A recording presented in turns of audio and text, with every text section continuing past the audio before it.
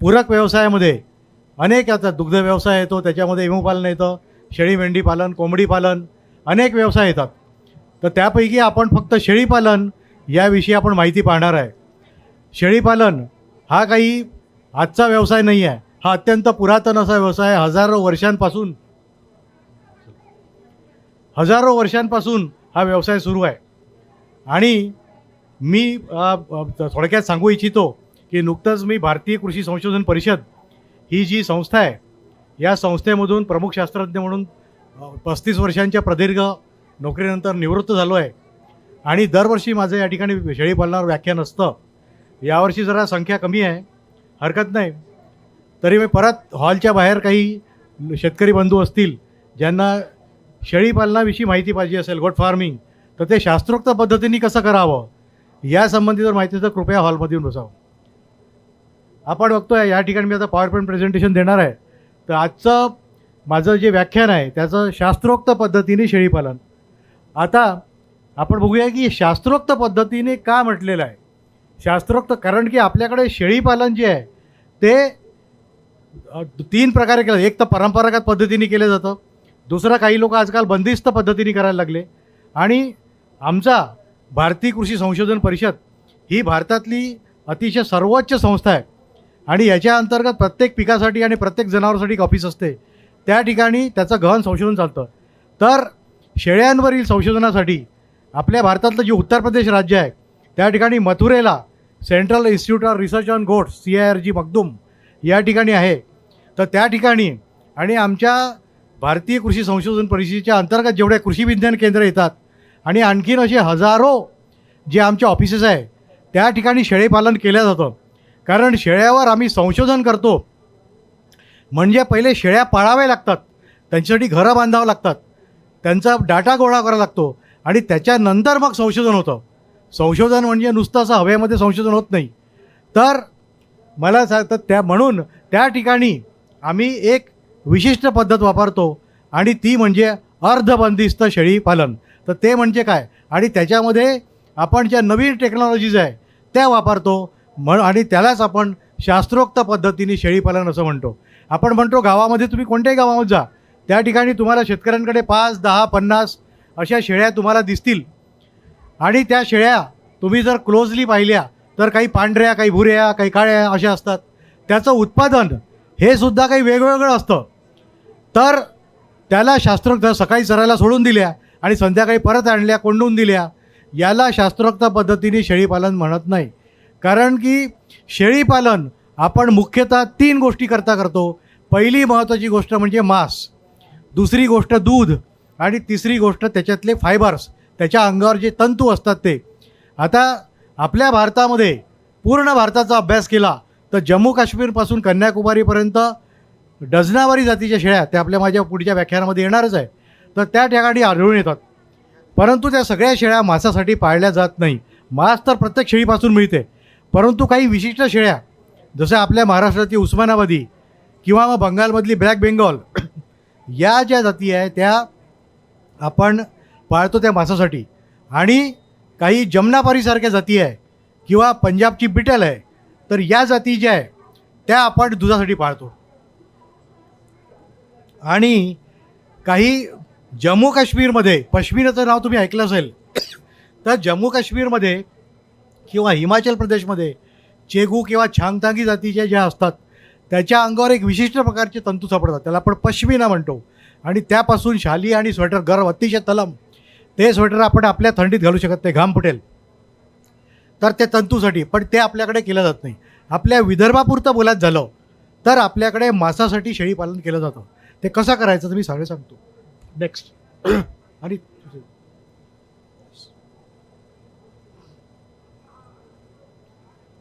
Yes, आता या ठिकाणी जे आपण चित्र पाहतोय हे जंगली जातीचं आहे. तर या ज्या आपल्या शेळ्या आहे या पहिले रानटी अवस्थेत होत्या आणि रानटी अवस्थेमध्ये अजूनही आहेत. आणि हा पर्वत प्रदेशाला आपला जाणणार आहे.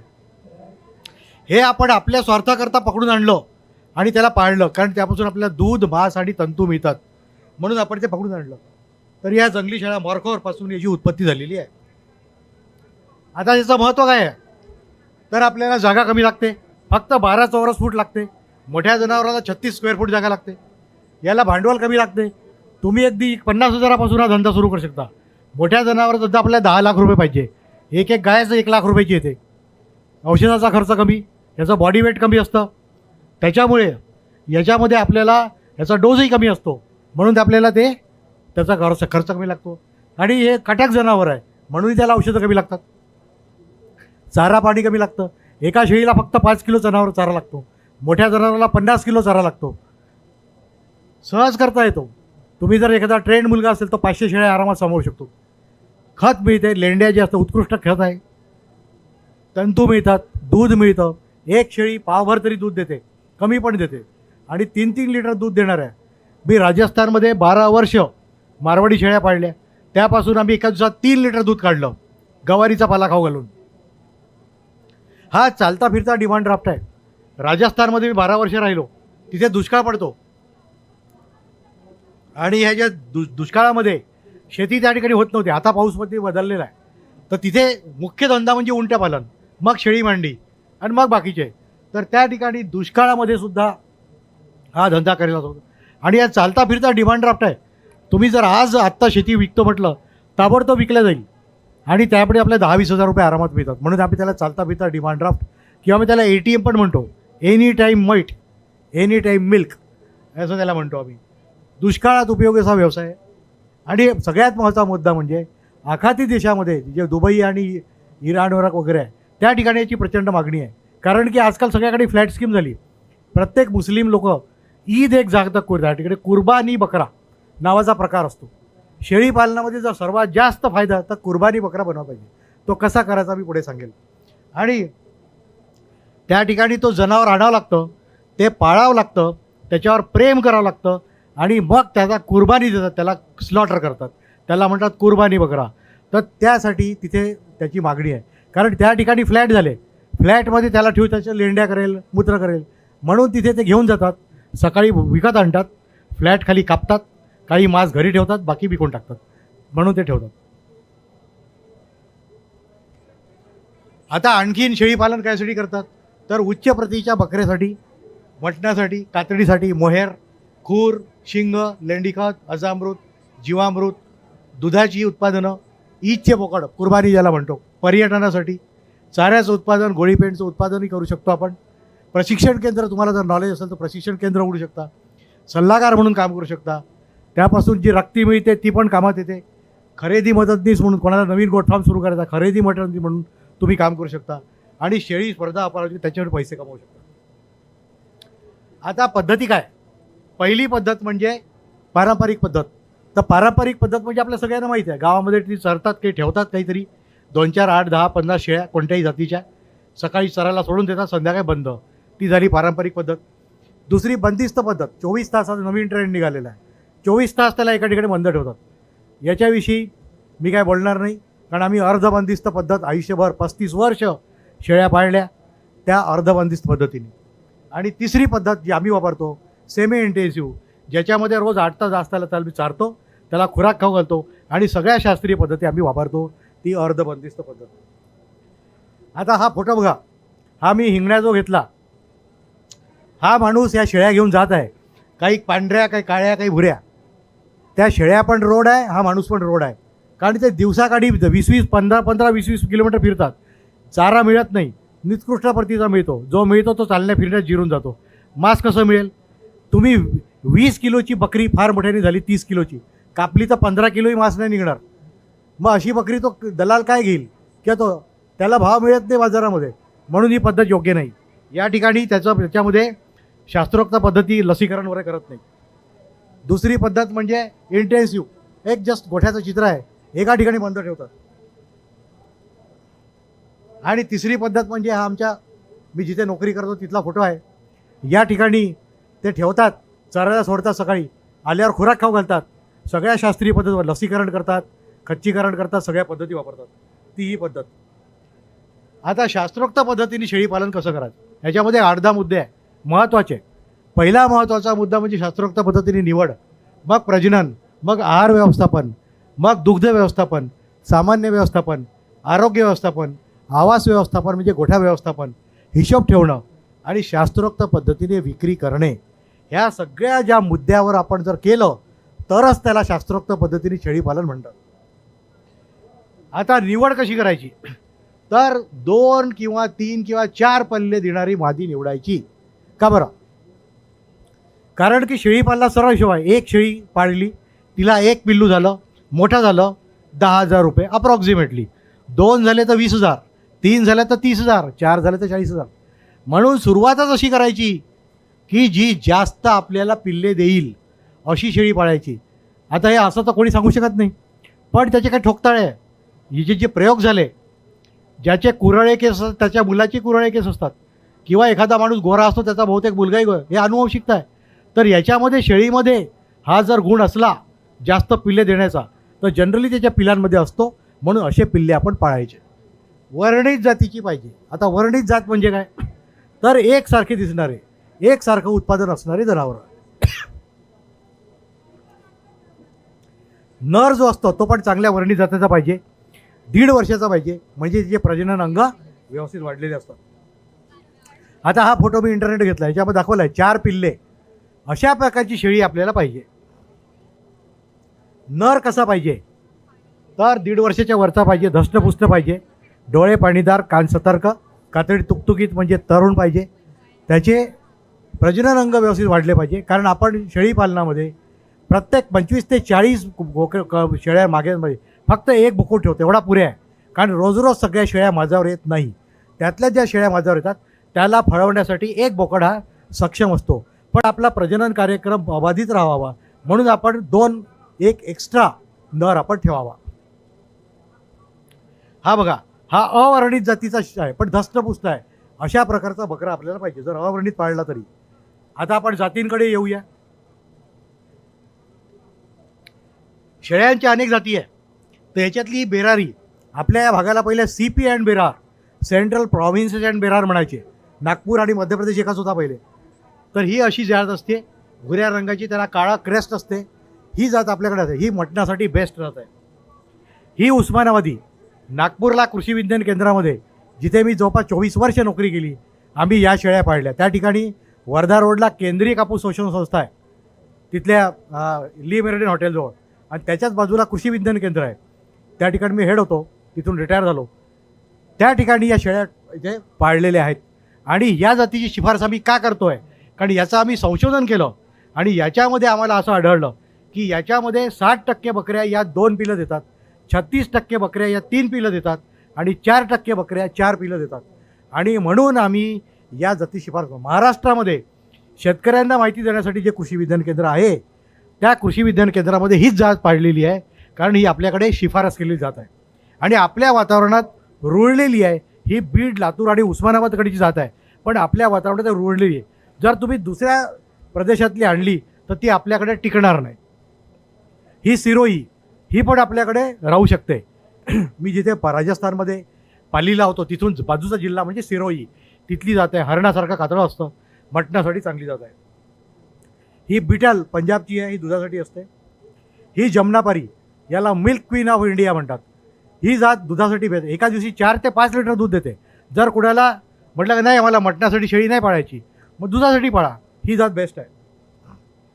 मी झाशीला तिथल्या इंडियन ग्रासलँड अँड फॉडरस इन्स्टिट्यूटला 4 वर्ष होतो, 17 ते 20.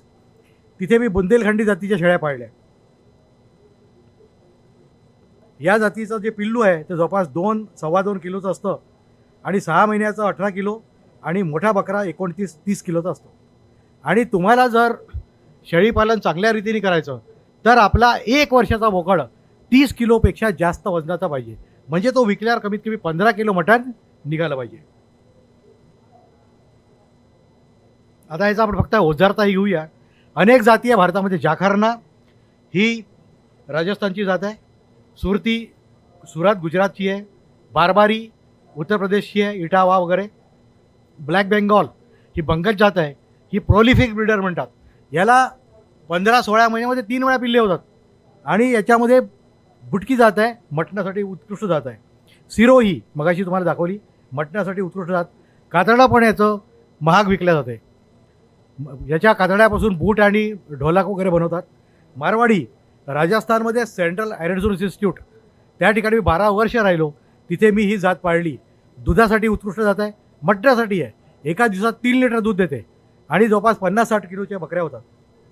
मलबारी ही तिकडची आहे, नॉर्थ केरळाची. ही मेहसाणा गुजरातची, कच्छी गुजरातची आहे, कच्छ. संगमनेरी आपल्या महाराष्ट्राची जात आहे, वर्णित जात आहे. उस्मानाबादी वर्णित जात आहे महाराष्ट्राची, हीच बेस्ट आहे. ही गोहिलवाडी गुजरात, जलवाडी गुजरात, गंजम ओरिसा, कन्नायडू ही तामिळनाडू. आता हे एक्झॉटिक ब्रीड्स जस्ट तुमच्या माहितीसाठी, हे आपल्या काही कामाचे नाही. ओबेरशाली स्वित्झर्लंड, सानन ही क्वीन ऑफ द वर्ल्ड, ही सर्वात जास्त दूध देते. चीज बनवतात त्याच्या दुधापासून. ही लॅमेंजा ओरेगॉन स्पेन आणि अँग्लो न्यूबियन ब्रिटिश इंडियाची क्रॉस आहे तो.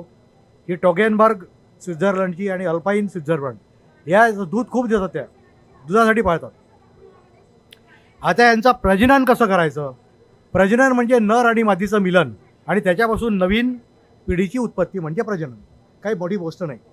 आता याच्यामध्ये नर मादीचं मिलन काय कसं करायचं, तर जो नर असतो आपला, एकच नर असतो, सिद्ध नर असतो, त्याच्या शिश्नावर एक जाड कापड बांधतात, त्याला मादीमध्ये सोडून देतात. सकाळी तो सुंगत जातो आणि जी मादी माझर असेल तिच्यावर चढतो. तिचा नंबर नोट करायचा आणि संध्याकाळी फळवायचं.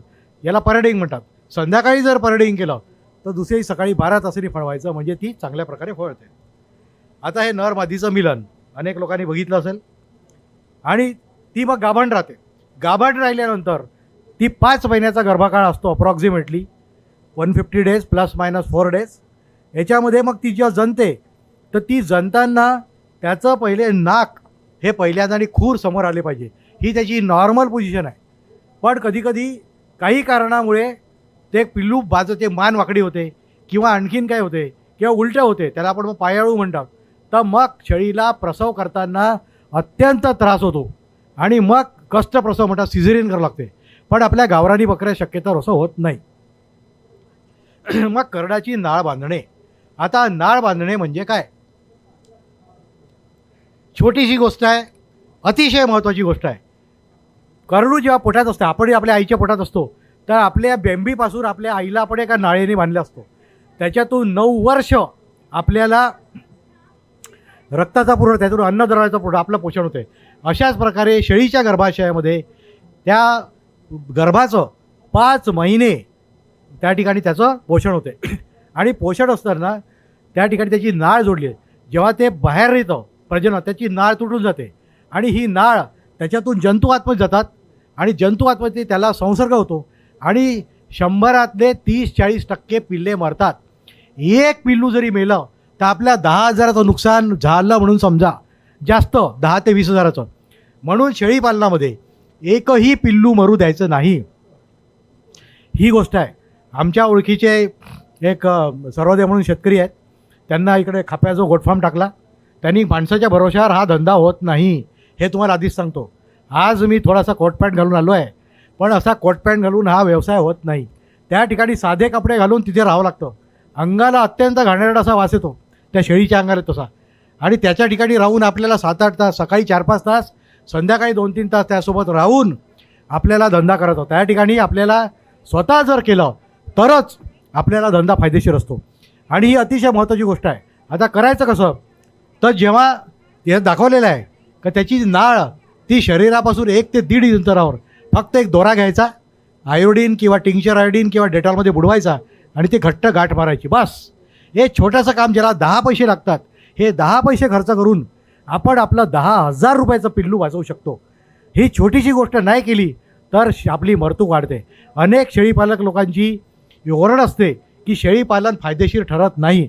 कसं ठरणार, ही बारीकशी गोष्ट ते करत नाही आणि म्हणून शेळीपालन फायदेशीर होतं. तर ही गोष्ट अवश्य करावी की तो जन्मल्याबरोबर त्याची नाळ बांधणं अत्यंत आवश्यक आहे. दुसरी गोष्ट, त्याचं अंग ज्याच्या जणते, तर जणल्यानंतर त्याच्या अंगाला चिकट असे आवरणं चिकटलं असतात. त्याचे खूरही त्याच्यावर बटाट्यासारखा पदार्थाचे खूर थोडे वाढले असतात, ते खुडावं लागतात. त्याचं अंग स्वच्छ करावं लागते, नाहीतर त्याच्या नाकातोंडात जमलेला जो म्युकस असतो तो बाहेर काढायचा असतो. आणि एवढं त्याला स्वच्छ कापडाने पुसून मग ते कापड आणि तो हात त्या शेळीला सुंगवायचा, म्हणजे त्या शेळीला त्याची ओळख पडते आणि ती आपल्या पिल्ल्याला कधी विसरत नाही. ही अतिशय महत्त्वाची गोष्ट आहे. ही गोष्ट मी राजस्थानच्या मेंढपाळ लोकांसोबत जाऊन शिकलो, तर ही अतिशय महत्त्वाची गोष्ट आहे. आणि त्याच्यानंतर मग इथे बघायला चित्रामध्ये त्याला एका स्वच्छ कापडामध्ये शेळीसमोर ठेवायचं, ती त्याला चाटते, चाटल्याने त्याचं अंग स्वच्छ होते, त्याचं रक्ताभिसरण वाढते, त्याला श्वास घ्यायला मोकळी होते आणि पिल्लू आपलं चांगलं, त्याची तब्येत चांगली होते. आता व्याल्यानंतर काय काळजी मी तुम्हाला या ठिकाणी सांगितली. त्याच्यानंतर शेळीच्या अंगातून मोठ्या प्रमाणात रक्त वाहून जातं, तर त्याला काय करायचं की तिला कोमट पाणी करायचं 1/2 लिटर, त्याच्यामध्ये थोडा गूळ टाकायचा, थोडं काळं मीठ, साधं मीठ वगैरे टाकायचं आणि हे आपण त्या शेळीला पाजायचं. आणि थोड्या वेळाने थोडीशी मुठभर 2 मूठ सोजी आपण उकळून त्यात थोडा गूळ आणि त्याला टाकून द्या. कारण पिल्लू देणं म्हणजे शेळीचा पुनर्जन्म असतो. जर त्या ठिकाणी काळजी घेता शेळी मरू पण शकते. या साठवणे साहेब, आमच्या मार्गदर्शनाखाली काही लोकांनी गोट फार्म सुरू केले होते. त्यातले एक साठवणे साहेब आमचे इथे आलेले आहेत. यांनी उस्मानाबादी शेळी जातीच्या शेळ्या पाळलेल्या आहे आणि आता प्रशिक्षण घेतल्यानंतर बऱ्याच शेळीपालन म्हणतात, तुम्ही ठीक आहे साहेब, तुम्ही प्रशिक्षण दिलं, गोट फार्म सुरू करायचा, मग आता जनावरं कुठून घ्यायचे. तर जे सरकारी फार्मर मोठी लंबी यादी आहे, त्या ठिकाणी तुम्हाला 6 महिने जनावरं मिळणार नाही. तर असे जे प्रगतीशील शेतकरी आहे अशांकडून तुम्ही तुम्ही विकत घेऊ शकता.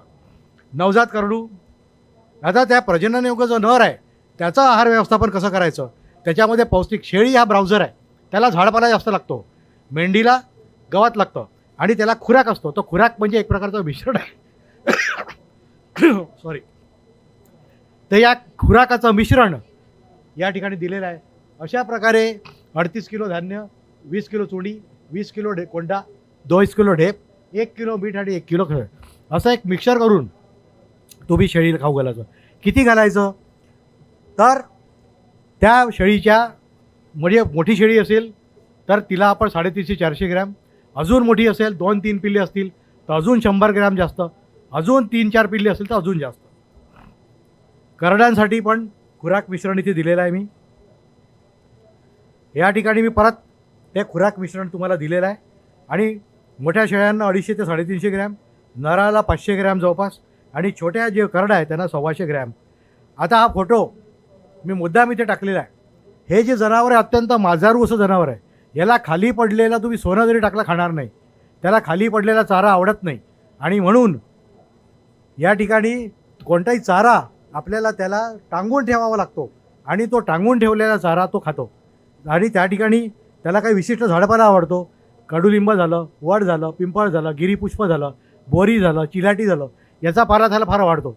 तर आपण जे 5-6 तास चराई करतो, पण संध्याकाळी जर आपण त्याला हिवाळ्यामध्ये, आता बघा हिवाळा आहे, आपण त्याला लवकर चराई करून घेऊन आलो आणि त्या ठिकाणी त्याला संध्याकाळी 5 वाजले तर दुसरी सकाळी 12 तास, व पुन्हा सकाळी 5 ते तुम्ही 8-10 वाजता चरा सोडाल, 16-17 तास शेळी उपाशी असते आणि मग ती अंगामध्ये भरत नाही, तिचं वजन कमी होते, मग तिला बाजारामध्ये कमी पैसे मिळतात.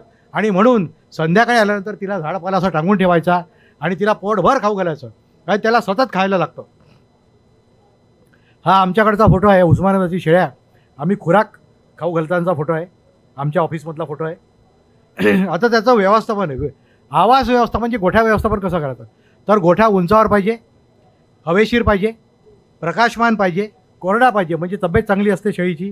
त्याला ओल आवडत नाही. या जनावरांना ओलमध्ये ठेवलं दमट हवं, त्याला खुरी होतात. एकदा खुरी झाल्या का तुम्ही किती मलमपट्टी करा, मग 6 महिने बरोबर नाही होत, मग खर्च होतो, मग ते चरायच्या कामाचे नाही राहत आणि त्यांना विकावं लागतं. म्हणून तिथे कोरडं असणं जरुरी आहे. थंड पाहिजे उन्हाळ्यामध्ये, हिवाळ्यात उबदार पाहिजे. आणि एका शेळीला एका गोठ्यामध्ये 12 चौरस फूट, म्हणजे 4 फूट बाय 3 फूट एवढी कमीत कमी जागा पाहिजे. आणि समोर एक अंगण पाहिजे ज्या ठिकाणी ते फिरू शकतात. आणि मुक्त गोठ्या जर तुम्ही केला तर फारच छान, कारण की त्याच्यामध्ये त्यांची कार्यक्षमता चांगली असते. छत ॲस्बेस्टॉसवर पाहिजे, फरशी मुरुम टाकलेली साधी पण धुम्मस केलेली पाहिजे. तुम्ही सिमेंट कॉन्क्रीटची करू शकता, पण ती रफ पाहिजे, ती म्हणजे अशी चिकण नको, नाही तर पाय घसरतात. त्याच्यानंतर बाहेर पडण्याच्या टाकीची पाणी पाहिजे. शेळ्यांना जास्त पाणी लागत नाही, एका दिवसात 1 लिटर पाणी पुष्कळ आहे, पण त्यांना एका टंकी भरून ठेवून जायची.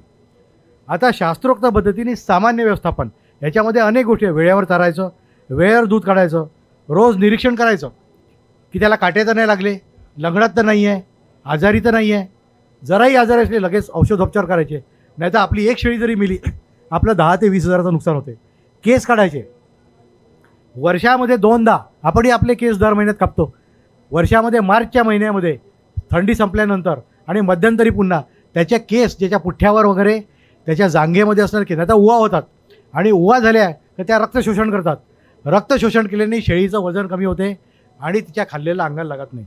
आणि म्हणून तिला आपल्याला हे करणं अतिशय आवश्यक आहे. खरारा करायचा म्हणजे तिच्या अंगावर ब्रश फिरवायचा.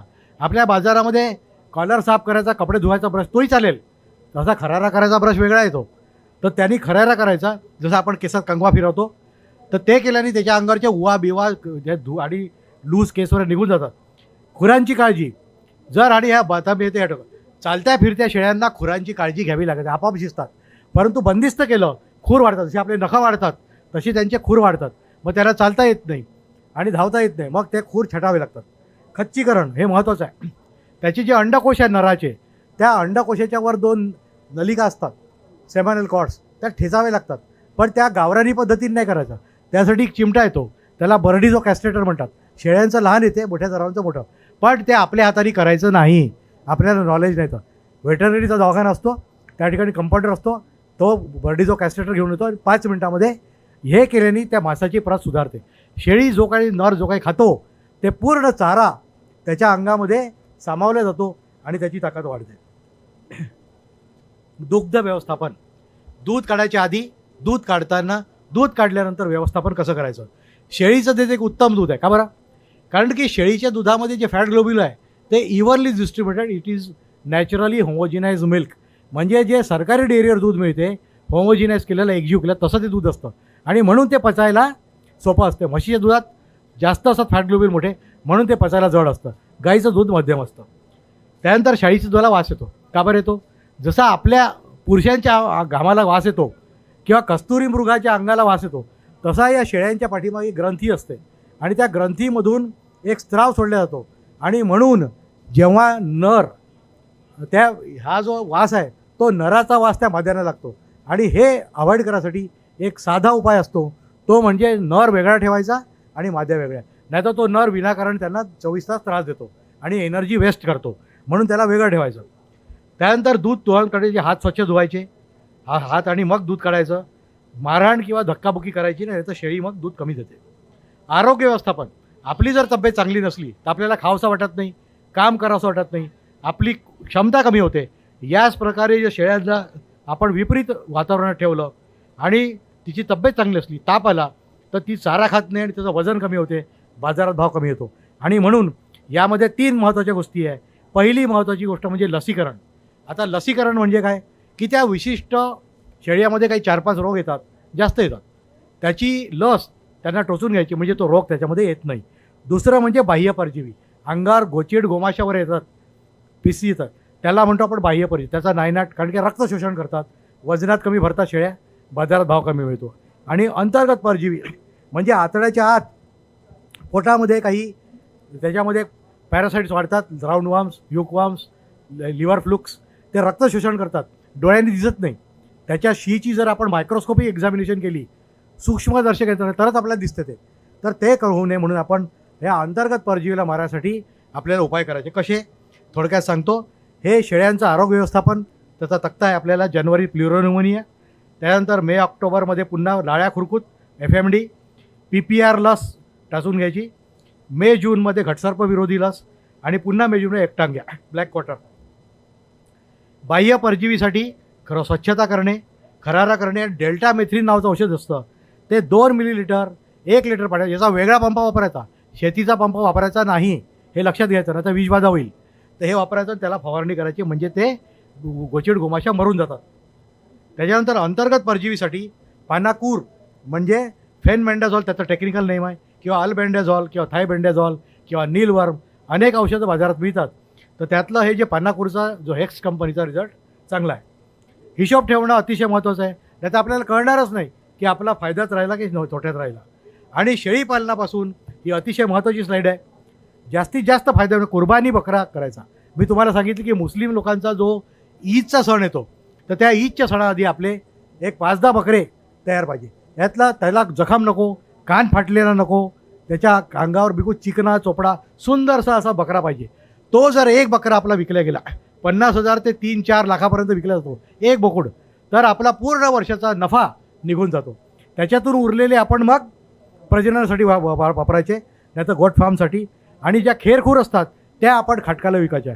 खाटकाला जनावरं विकून काहीही फायदा मिळत नाही, कारण पूर्ण मार्केट हे दलालांनी खाऊन टाकलेलं आहे. म्हणून आपण डायरेक्ट मार्केटिंग करायची. लेंडी खतपासून गांडूळ खत करू शकतो आणि स्वच्छ दूध विकून आपण पैसे कमावू शकतो. हा माझा फोन नंबर आहे. आणि सरते शेवटी महत्त्वाची गोष्ट, माझा पूर्ण आज तुम्हाला एवढ्या गोष्टी सांगितल्या, पण हे गहन असं शास्त्र आहे.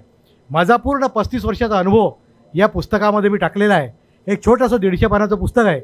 जर कोणाची इच्छा असेल तर हे व्याख्यान संपल्यानंतर आपण हॉल बाहेर माझ्याकडून घेऊ शकता. मला आयोजकांनी इथे बोलवलं आणि माझे विचार आपल्यासमोर मांडण्याची संधी केली, याबद्दल मनापासून धन्यवाद. धन्यवाद सर. तुम्ही छान असं आम्हाला शास्त्रोक्त शेळी पालन आणि मेंढी पालन कसं करायला पाहिजे याबद्दल आम्हाला माहिती दिली. सर प्रिन्सिपल सायंटिस्ट म्हणून होते आणि त्यांचा असा दांडगा अनुभव त्यांनी आपल्याला शेअर केला. असे मोठे विद्वान आपल्या सोबत आहेत आणि त्यांनी आपल्याला मार्गदर्शन केले, हे आपल्यासाठी अभिमानाची गोष्ट आहे. आणि कोणाला काही क्वेश्चन्स असतील, क्वेरीज असतील, ते विचारू शकता. येस, हां बोला सर. धन्यवाद. हां, आता सीझन जो चालू आहे, हिवाळ्याचे सीझन चालू आहे सर. हो. हिवाळ्यामध्ये काय काळजी घ्यावी? आणि हिवाळ्यामध्ये जसं माणसाला पॅरलिस होतो तसं शेळ्यांना पण पॅरलिस होतो. आणि आपण जर म्हणलं 5 महिन्याचा गाभण काढ, पण बकरीची हे आपण झालं लॉग म्हणजे काय त्याला बोकड लावल्यानंतर किमान सर 8 महिने लागत आहे. आणि याच्यामध्ये बिटलचं कसं आहे, बिटलला खूप डिमांड येत आहे सर. आपल्याला आता नागपूरमध्ये पण खूप डिमांड येत आहे बिटलला. बिटलवर थोडंसं मार्गदर्शन करावं. बघा, बिटलविषयी मी काही सांगणार नाही, कारण त्याच्यावर माझं काम नाही. माझं काम उस्मानाबादी, मारवाडी आणि याच्यावर आहे, बुंदेलखंडीवर आहे. आता बघा, राहुरीला एकदा गेलो मी, तर त्या ठिकाणी काय झालं, त्यांनी फरशा लावल्या त्या शहाबादी. तर त्या थंड फरशांवर त्यांना ठेवतो. तर रात्री खूप थंड होते, रात्री 12 नंतर. तर त्या थंड फरशांवर ठेवल्यामुळे शेळीला पॅरालिसिस होऊ शकतो, ही गोष्ट खरी आहे. तर म्हणून मी काय म्हटलं माझ्या भाषणामध्ये, फरशी ही शक्यतोवर मुरमाची पाहिजे, धुमस केलेली, ती जास्त थंड होणारी नको. आणि आपण जे तणीस असतं किंवा गवत असतं वाढलेलं, ते आपण हिवाळ्यामध्ये ठेवू शकतो. त्याच्यावर शेळ्या ठेवायच्या, म्हणजे ते व्यवस्थित राहतं. त्याच्यानंतर जसं बघा या ठिकाणी गरम केलं, असं तर परवडणार नाही आपल्याला, तर आपण पोत्याचे पडदे लावून ते आपला गोठा बंद करून घ्यायचा. आम्ही पण असंच करत होतो. आणि जे पिल्ले असतात, तर एक लोखंडाची किंवा लाकडाची फ्रेम तयार करून घ्यायची, त्याला पोते लावायचे आणि आतमध्ये एक बल्ब लावायचा 100 पॉवरचा. आणि त्या ठिकाणी पिल्ले ठेवायचे रात्री. नाही तर एक पिल्लू जरी मेलं तर आपलं नुकसान होते. आणि त्याला कोमट पाणी शक्यतोवर आपण याच्यामध्ये पाजू शकतो. अशा प्रकारे त्याची हिवाळ्यामध्ये, आणि ढेपेचं प्रमाण थोडं आपण वाढवू शकतो, जेणेकरून त्याला आपल्याला एनर्जी मिळेल, म्हणजे आपल्याला ते हिवाळ्यामध्ये व्यवस्थित होईल. बघा, पॅरालिसिस झाल्यानंतर हे सांगतील. आता बघा, आपल्यासमोर मारवडे साहेब येणार आहे, त्यांचा स्वतःचा गोटफार्म आहे. आपण नंतर परत प्रश्नोत्तरं घेऊया. त्यांना पण थोडे काही आणखीन एक अर्धा तास बोलायचं आहे. तर आपण आता माझं भाषण आवरता घेतो आणि आपण नंतर प्रश्नोत्तरं घेऊया. धन्यवाद. यानंतर मी श्री मारोळे सर यांना विनंती करते की त्यांनी शेळी आणि मेंढी पालन यावर मार्गदर्शन करावे. श्री मारोळे हे मार्गदर्शक म्हणून खूप साऱ्या वर्कशॉप्समध्ये आमंत्रित असतात. 15 वर्षाचे दांडगा अनुभव आहे. तर त्याबद्दल प्लीज सर आपण माहिती द्यावी. प्रेक्षक आपल्यासाठी वाट बघतात. मी अभय सिंग मारोडे आणि गेली 15 वर्ष झाले शेळी पालनामध्ये स्वतः काम करतो. आणि मला असं वाटते की शेळी पालन हा विषय जो आहे, शेळी पालन हा सांगून समजत नसतो, तो करावा लागतो. आणि जोपर्यंत आपण एखाद्या गोष्टीचा स्वअनुभव घेत नाही, तोपर्यंत जगातली कुठलीच गोष्ट सक्सेस होत नाही. तर मी माझ्या फार्मवरचे तुम्हाला काही फोटो आणि व्हिडिओ दाखवतो. शेळी पालन कसं करावं लागतं हे पुस्तकं वाचून होत नाही, त्यात तुम्हाला राबावं लागतं. It's not a labour depending job. आम्ही मध्यंतरी स्वित्झर्लंड किंवा कतारमध्ये आम्ही शेळी पालनावर खूप मोठं वर्कशॉप घेतलं. त्यामध्ये त्या लोकांना आपले अनुभव कसे शेअर करता आले हे सगळं तुम्हाला थोड्या वेळाने सांगणार आहे. कारण मी स्वतः गेली 15 वर्ष शेळी पालन करतो आणि दरवर्षी 40 ते 45 लाख रुपये नफा घेऊन हा व्यवसाय नफ्यात आणून दाखवला. जे पश्चिम महाराष्ट्रापासून तर विदर्भापर्यंत आपण जे आपले गोट फार्म फेल गेले, हे का बरं गेले आणि शेळी पालन कसं यशस्वी करायचं याचा आपण अगोदर माझे काही फोटो आणि हे बघू, नंतर आपण खऱ्या व्याख्यानाला सुरुवात करू. हे माझ्या फार्ममधील फोटो आहेत, एकदा बघून घ्या, आपण नंतर सविस्तर चर्चा करू.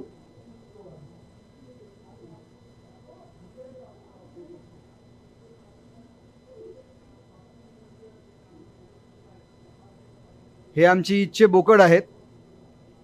हा झोपलेला आहे, म्हणजे आजारी वगैरे नाही आहे.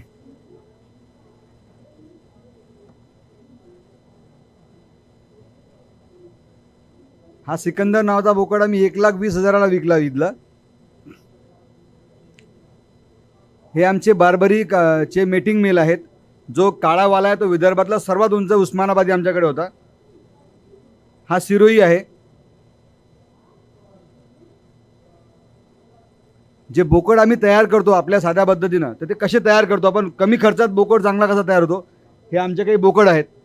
यातला आपण तो उस्मानाबादीचा बोकड बघितला पाहिजे, जो विदर्भातला सर्वात उंच उस्मानाबादी होता, तो मागे आहे.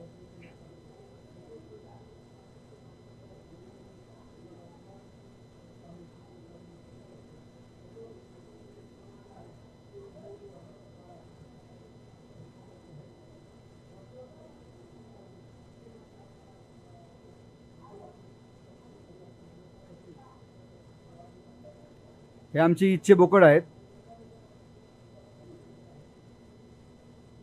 हा व्हिडिओ पाहिल्यानंतर तुम्हाला एक गोष्ट सांगतो, म्हणजे ते बघितली पाहिजे तुम्ही.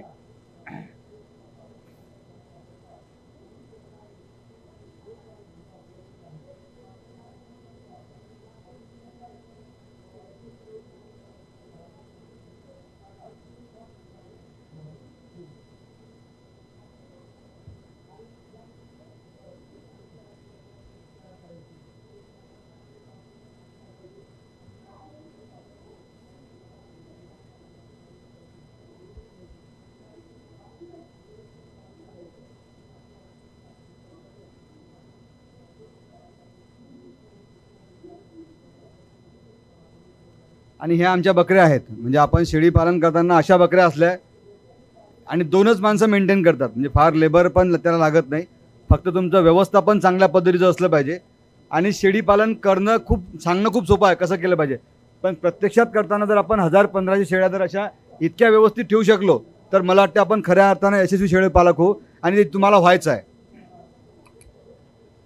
आपण शेळी पालन हा विषय गांभीर्यानं घेत नाही, आणि ज्यावेळेस घेतो त्यावेळेस फक्त आपण सुरुवातीला आपण फार आरंभवीर लोक असतो. आणि विदर्भातले 90% गोट फार्म बंद पडलेले आहेत. त्याला तशी विदारक कारणंसुद्धा आहेत. आपण गोट फार्मिंगमधले काही गोष्टी समजून घेतल्या नाहीत. आपण गोट फार्मिंग करण्याआधी ती कशी करावी अगोदर आपण जर सुरुवात केली, आणि प्रॅक्टिकली मला वाटते आपण ज्या वेळेस शेळी पालन करतो ना, त्याच्या अगोदर आपला माइंडसेट असला पाहिजे. त्याला कारणं अशी आहेत की जर आपण एखाद्या लग्नात गेलो तर आपण 2-3 गोष्टी तयारी करतो. किमान त्या नवरदेवासाठी एखादं पाकिट वगैरे आपण दिलं पाहिजे. त्यानंतर आपण लगेच जेवण करून निघायचं की जेवण न करता निघायचं. ह्या सगळ्या गोष्टी जशी आपण प्लॅनिंग करतो, अशाच प्रकारे आपल्याला शेळी पालनातली प्लॅनिंग करायची असते.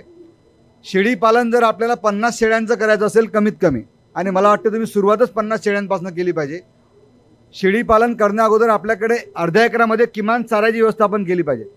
जोपर्यंत आपण शेळी पालनात चारा संगोपन करत नाही तोपर्यंत शेळी पालन सक्सेस होत नाही. शेळी पालन करताना दुसरी महत्त्वाची गोष्ट आहे की आपण ब्रीड कशी निवडतो. म्हणजे आपण शेळी पालनातला सगळ्यात मोठा प्रॉब्लेम असतो शेळीची निवड. आणि आपण आपल्या यूट्यूबवर हजारो लाखो व्हिडिओ असतात. कोणी सांगतो आम्ही शेळी पालनातून 50 लाख नफा कमावला, कोणी सांगतो 1 कोटी कमावला, 1.5 कोटी कमावला. असं बिलकुल होत नसते. आणि पश्चिम महाराष्ट्रामधलं जे कल्चर आलं, आफ्रिकन बोरचं, सिरोहीचं, बेरारीचं, ह्या सगळ्या काय हे आपण अनुभव घेतो त्यावेळेस खूप आपल्याला वाईट आणि विदारक अनुभव येतात. आफ्रिकन बोर आपल्याला 2,500 रुपये केजीने जिवंत बोकड विकला जातो. आणि ज्यावेळेस ते आपण बोकड विकत आणतो, त्या बोकडापासून झालेले पिल्लं किंवा त्या बकरीपासून झालेले पिल्लं काय भाव विकतो आपण, काय भाव विकतो. ज्यावेळेस खाटीक बांधव येईल तो काय भाव घेईल, 250 ते 300 रुपये. जर मटणाचे भाव 700 असतील तर 350 वर कोणी घेत नाही, कोणीच घेत नाही. आणि आपण जे 2,500 रुपये किलोचा माल आणतो तर आपण 250 रुपयानं विकतो. बरोबर आहे. त्यामागे आपल्या सगळ्यांची मेहनत चालली जाते. आणि म्हणून तुम्हाला सांगतो की पुस्तकं वाचून शेळी पालन होत नसते, ते करू पण नाही. आणि त्यात इतक्या काही लिकेजेस येतात त्यामध्ये. शेळी पालन घेताना आपल्याकडे कॉटलेस माहिती आहे का, कॉटलेस शेळी पालनामध्ये सर्वात अगोदर असते आपली शेळ्यांची निवड. आणि आपण प्रत्येकजण बाजारात जाऊन शेळीला डॉक्टरसोबत नेऊन शेळी घेऊ शकत नाही. घेऊ शकतो का, बिलकुल नाही घेऊ शकत. त्यामुळे मला असं वाटते शेळी पालनामध्ये आपण ज्यावेळेस शेळ्या घेतो ना, तर दोन तीन गोष्टी अत्यंत प्रामुख्याने घेतल्या पाहिजे. त्या मला वाटतं तुम्ही नोट करून घ्या.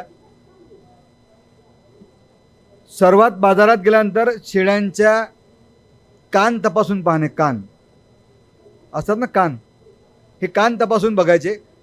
जर शेळ्यांचे कान थंड लागले, आपल्या नॉर्मल टेम्परेचरपेक्षा जर शेळ्यांचे कान थंड असले, तर ती शेळी आजारी आहे, म्हणून ती शेळी बिलकुल घ्यायची नाही. हे सर्वात पहिली टॅक्टिक आहे. आणि आपण सगळे वेटरनरी नाही आहे, पण 10-15 मिनटात तुम्ही शेळ्यांमधले अर्धे डॉक्टर तुम्हाला करून सोडतो सगळ्यांना. त्यामुळे शेळ्यांचे कान तपासणं प्रचंड महत्त्वाचे आहेत. जर कान थंडे लागले नॉर्मल टेम्परेचरपेक्षा, तिच्या बॉडी टेम्परेचर, तर शेळी घ्यायची नाही, कारण ती शेळी आजारी असते. कारण आपण प्रत्येकजण शेळी घेतल्याने आपण थर्मामीटर घेऊन जाणार नाही, बरोबर आहे. कान थंडी असले तर शेळी आजारी असते. दुसरा साईन असं असतं शेळी घेताना, शेळ्यांचं पोटाला टिचकी मारून बघायची. आपण ज्यावेळेस बाजारात शेळी घेतो ना, तर शेळीला खालून किंवा तिच्या पोटाला साईडने अशी एखादी टिचकी मारून बघायची.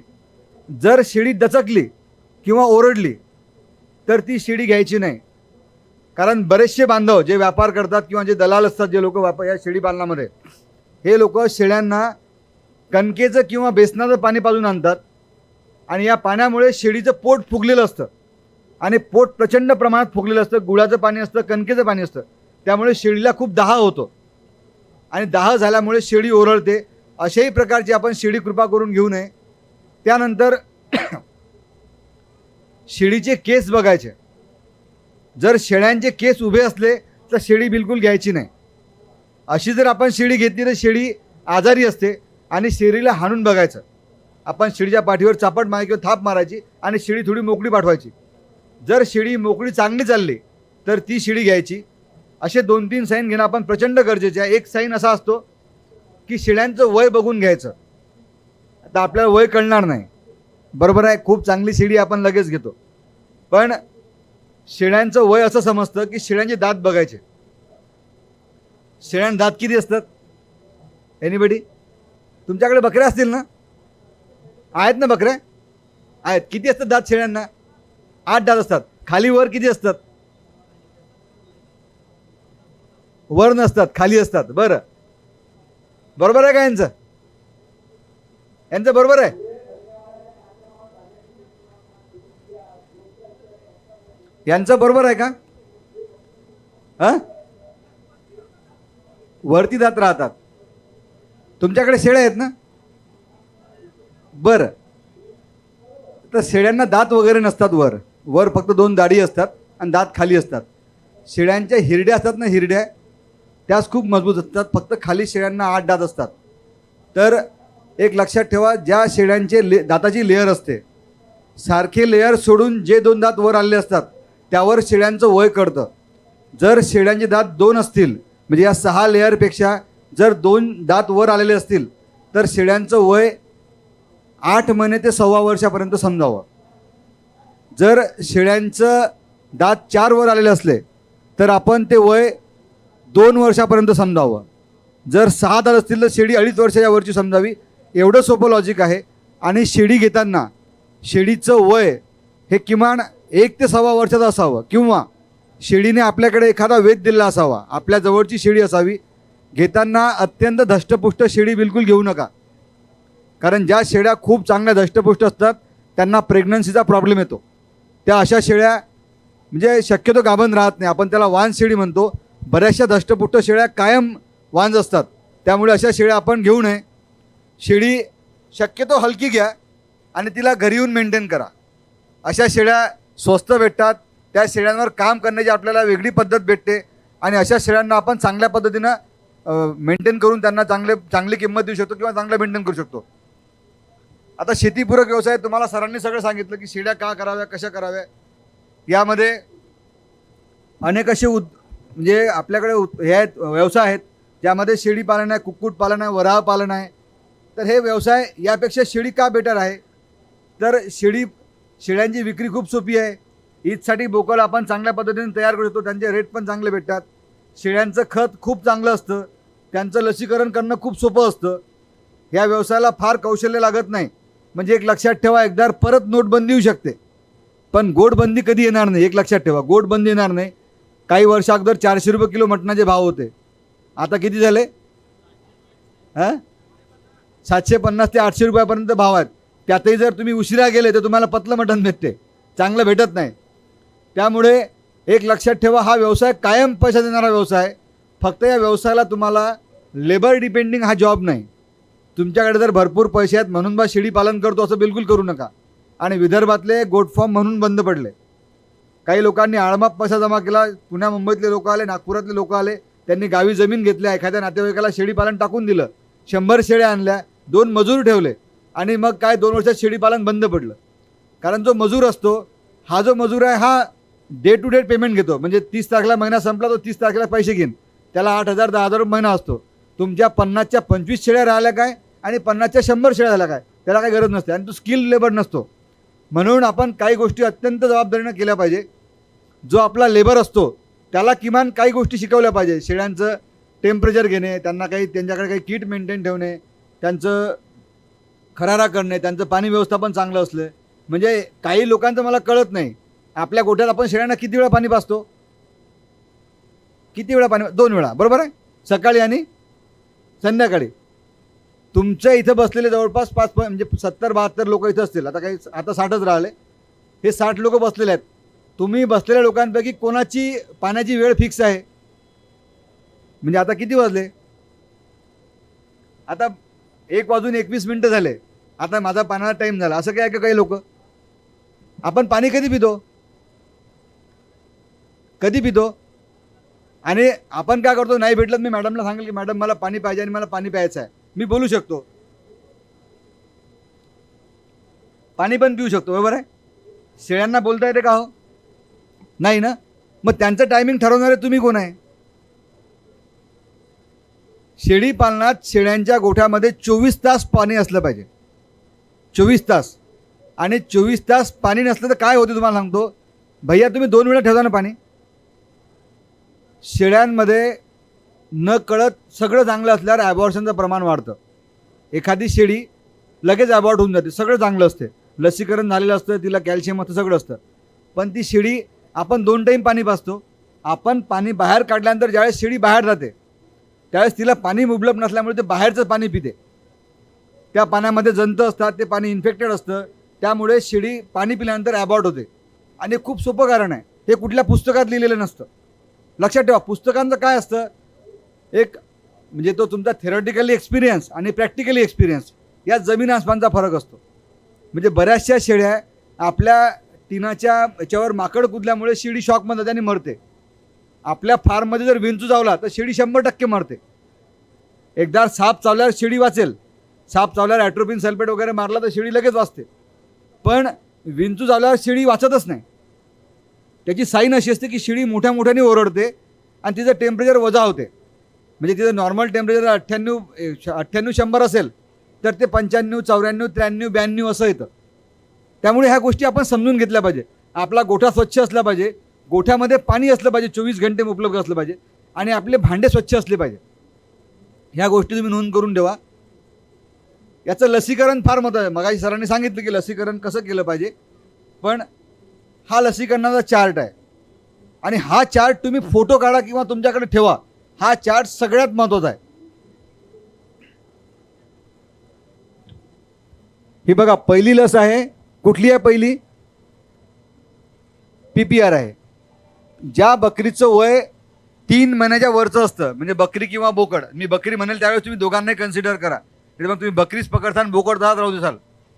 ज्याचं वय 3 महिन्याच्या वरचं आहे त्याला पहिली लस कुठली टोचली पाहिजे? PPR.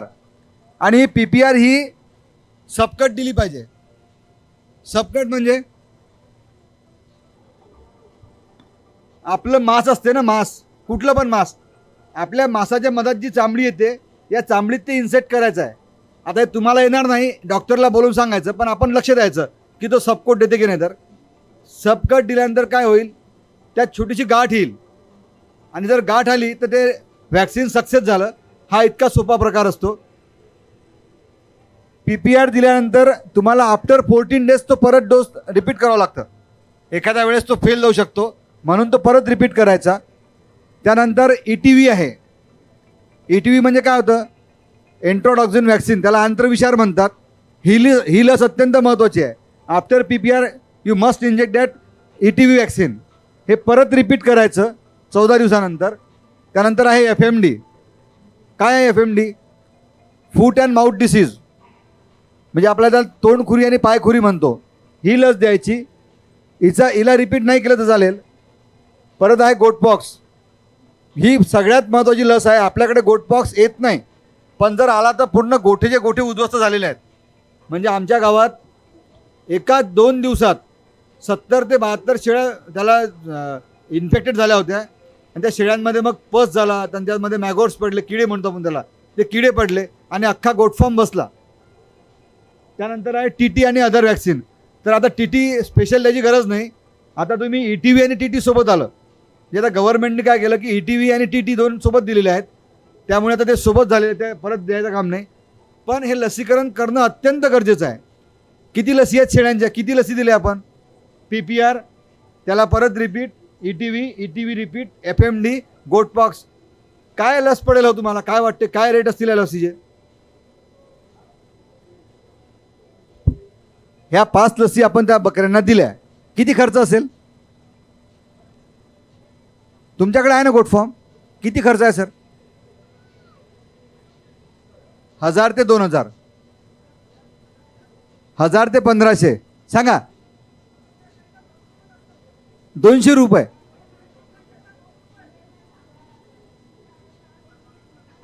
पर बकरी 50 रुपये.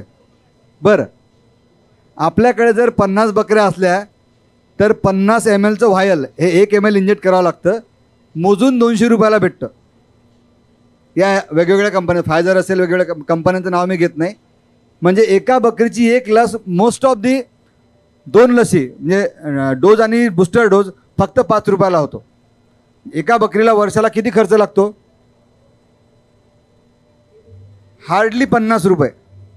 जर तुमच्याकडे 50 शेळ्या असतील तर पैसे पण खर्च करू नका. जवळच्या तुमच्या LDO ऑफिसमध्ये जा, पशुसंवर्धन विभाग, तुमची पंचायत समिती, त्यांना तुम्ही अर्ज करा की आमच्या एवढ्या बकऱ्या आहेत, बकऱ्यांचं रजिस्ट्रेशन करून घ्या. त्यांच्याकडे ज्यावेळेस नवीन लस उपलब्ध होतात त्या लसीकरण तुम्हाला मोफत भेटते. म्हणजे काही ठिकाणी खर्च होतो, काही ठिकाणी शून्य खर्चात काम होतं. आमच्याकडे 1200-1500 बकऱ्या आहेत. सगळं लसीकरण गव्हर्नमेंट मोफत करून देते. फक्त आपला प्रॉपर फॉलो बसला पाहिजे. आणि दुसरी महत्त्वाची गोष्ट, कधी कधी आपण गव्हर्नमेंट यासाठी अवॉइड करतो, त्यांचं टेम्परेचर मेंटेन झालेलं नसते लसीचं. मोस्ट ऑफ दी वेळेस तसं होत नाही. पण आता गव्हर्नमेंटचे दवाखाने चांगले झाले, त्यामुळे त्या लसीचं टेम्परेचर मेंटेन असलं तरच ती लस द्यायची. लस आणल्यानंतर ते तुमच्या म्हणजे क्लो बॉक्समध्ये ठेवा, थर्मास बॉक्समध्ये, ज्याचं टेम्परेचर 2 डिग्रीच्या वर जायला नको. तिथं आपण काय करतो, लसीकरण चालू करतो, ते व्हायल वर ठेवतो, त्याचं टेम्परेचर जर 2 डिग्री किंवा 7 डिग्रीच्या वर गेलं, 7 तर ती लस काहीच कामात नसते. म्हणजे आपल्याला दिल्याचा फक्त आपल्याला आनंद भेटतो की आपण लस टोचली, बकऱ्यांना दुखापत होते आणि त्या माणसाला पैसे भेटतात, पण ती लस वाया जाते. ज्या लसीचं टेम्परेचर 2 डिग्री सेल्सिअस मेंटेन केलेलं असते तीच लस बकऱ्यांना इंजेक्ट करावी, अदरवाईज ती लस काम करत नाही. आणि शेळी पालनातलं सगळ्यात महत्त्वाचं सूत्र हे आहे, जर तुम्ही 5 लसी व्यवस्थित प्रॉपर दिल्या तर तुमची बकरी आजारी परत नाही. मी तुम्हाला स्टॅम्प पेपरवर लिहून देतो. आता शेळी पालनाचे काही प्रकार आहेत. सरांनी सांगितलं बंदिस्त शेळी पालन, अर्धबंदिस्त शेळी पालन. हे आमच्या फार्मचे फोटो आहेत. हे आमचं बंदिस्त शेळी पालन आहे. मुळात बंदिस्त शेळी पालन वगैरे काही नसतं. ज्या शेळ्या संध्याकाळी घरी बांधलेल्या असतात त्या सगळ्या बंदिस्त असतात. फक्त बंदिस्तमध्ये काय होतं,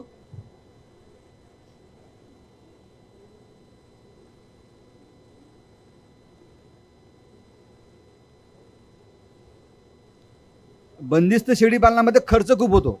खर्च असा होतो की तुमचा चाऱ्यावर 70% खर्च लागतो. आणि चाऱ्यावर 70% खर्च लागल्यामुळे काय होतं की आपण त्याला थोडं अवॉइड करतो. हे बंदिस्तचे फोटो. दुसरं आहे अर्धबंदिस्त, म्हणजे आपण दिवसभर चराईसाठी पाठवतो आणि नंतर घरी आणतो. हे आमच्या फार्ममधल्या काही अर्धबंदिस्त शेळ्या आहे. आणि शेळ्यांना असंच चारलं पाहिजे, म्हणजे शेळ्यांचा आपला चाऱ्याचा खर्चही कमी लागतो. फक्त यात प्रॉब्लेम येतो की शेळ्या ज्यावेळेस बाहेर चरतात त्यावेळेस त्यांना काही इन्फेक्टेड गवत किंवा त्यांच्यावर लक्ष देणं खूप कठीण होतं. आता आम्ही नव्याने एक प्रकार काढला विदर्भामध्ये आणि हा प्रकार आम्ही इम्प्लिमेंट करून तो सक्सेस करून दाखवला. जशी बॉयलर पोल्ट्री असते तर आम्ही बॉयलर गोट्रीवर काम चालू केलं आणि ईदसाठी काही बोकड आणले महाराष्ट्रातनं, काही पश्चिम महाराष्ट्र, काही राजस्थानमधून आणले आणि हे माझ्या फार्मचे फोटो आहेत काही. हा जो पहिला बोकड आहे हा पतिरा जातीचा आहे. हा जो सेकंड वन आहे हा कोटा आहे राजस्थानचा, कोटा जातीचा. आणि जर तुम्ही यूट्यूबला बघितलं असेल तर एक सुलतान नावाचा बोकड कोटा जातीचा मागच्या वर्षी 6.5 लाख रुपयाला ईदला विकला गेला होता. थर्ड वन आहे सिरोही, ज्याचं वजन 1 क्विंटल 20 किलो आहे. माझ्या फार्मवरचा बोकड आहे. बोकड पालनाचे काही कारणं असतात.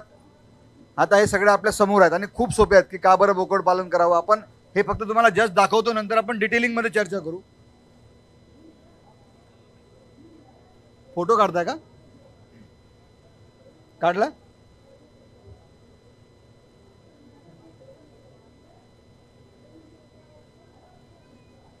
ह्या काही जाती आहेत बोकड पालनातल्या.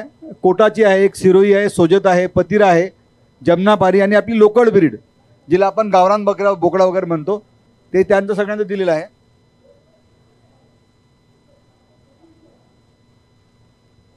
आता बोकड संगोपनाचं शास्त्र असं आहे की बऱ्याचदा काय होतं की आपण ज्यावेळेस शेळी पालन करतो ना, शेळी पालन करताना आपण 6 महिने शेळ्यांचं सगळं संगोपन चांगलं करतो, पण बरोबर ते बकरी प्रेग्नंट असते आणि उद्या परवा पिल्लं देईल. एखादी बकरी तिला मारते, तिचं पिल्लू ॲबॉर्ट होतं. आपली 6 महिन्याची सगळी मेहनत वाया जाते. म्हणून जर आपण बोकड पालन केलं तर बोकड पालामध्ये ॲबॉर्शनचा प्रकार नाही. शेळी जर आजारी आहे आपण तिला, ज्यावेळेस शेळी प्रेग्नंट असते आपण तिला लसीकरण इंजेक्ट करू शकत नाही. बऱ्याचशा गोष्टी त्यांना आपण प्रॉपर वॅक्सिन देऊ शकत नाही. त्यांना आपण जंतनाशक वेळेवर कधी कधी देऊ शकत नाही, कारण ज्यामध्ये आयरोमेक्टिन कंटेंट आहे तो आपण प्रेग्नंट शेळींना देऊ शकत नाही. फेंडोनचा मेल वगैरे चालते आता, पण आपण ते भीती असल्यामुळे आपण बोकड पालनाकडे वळलं पाहिजे. आणि हा बोकड पालनाचा नफासूत्र आहे, हे आम्ही आमच्या घरी तयार केलेलं आहे. आपण जर 2 ते 3 महिन्याचा बोकड आणला, त्याची किंमत आता हे खूप जुनं आहे तर आपण 4,000-3,000 किंमत पकडा.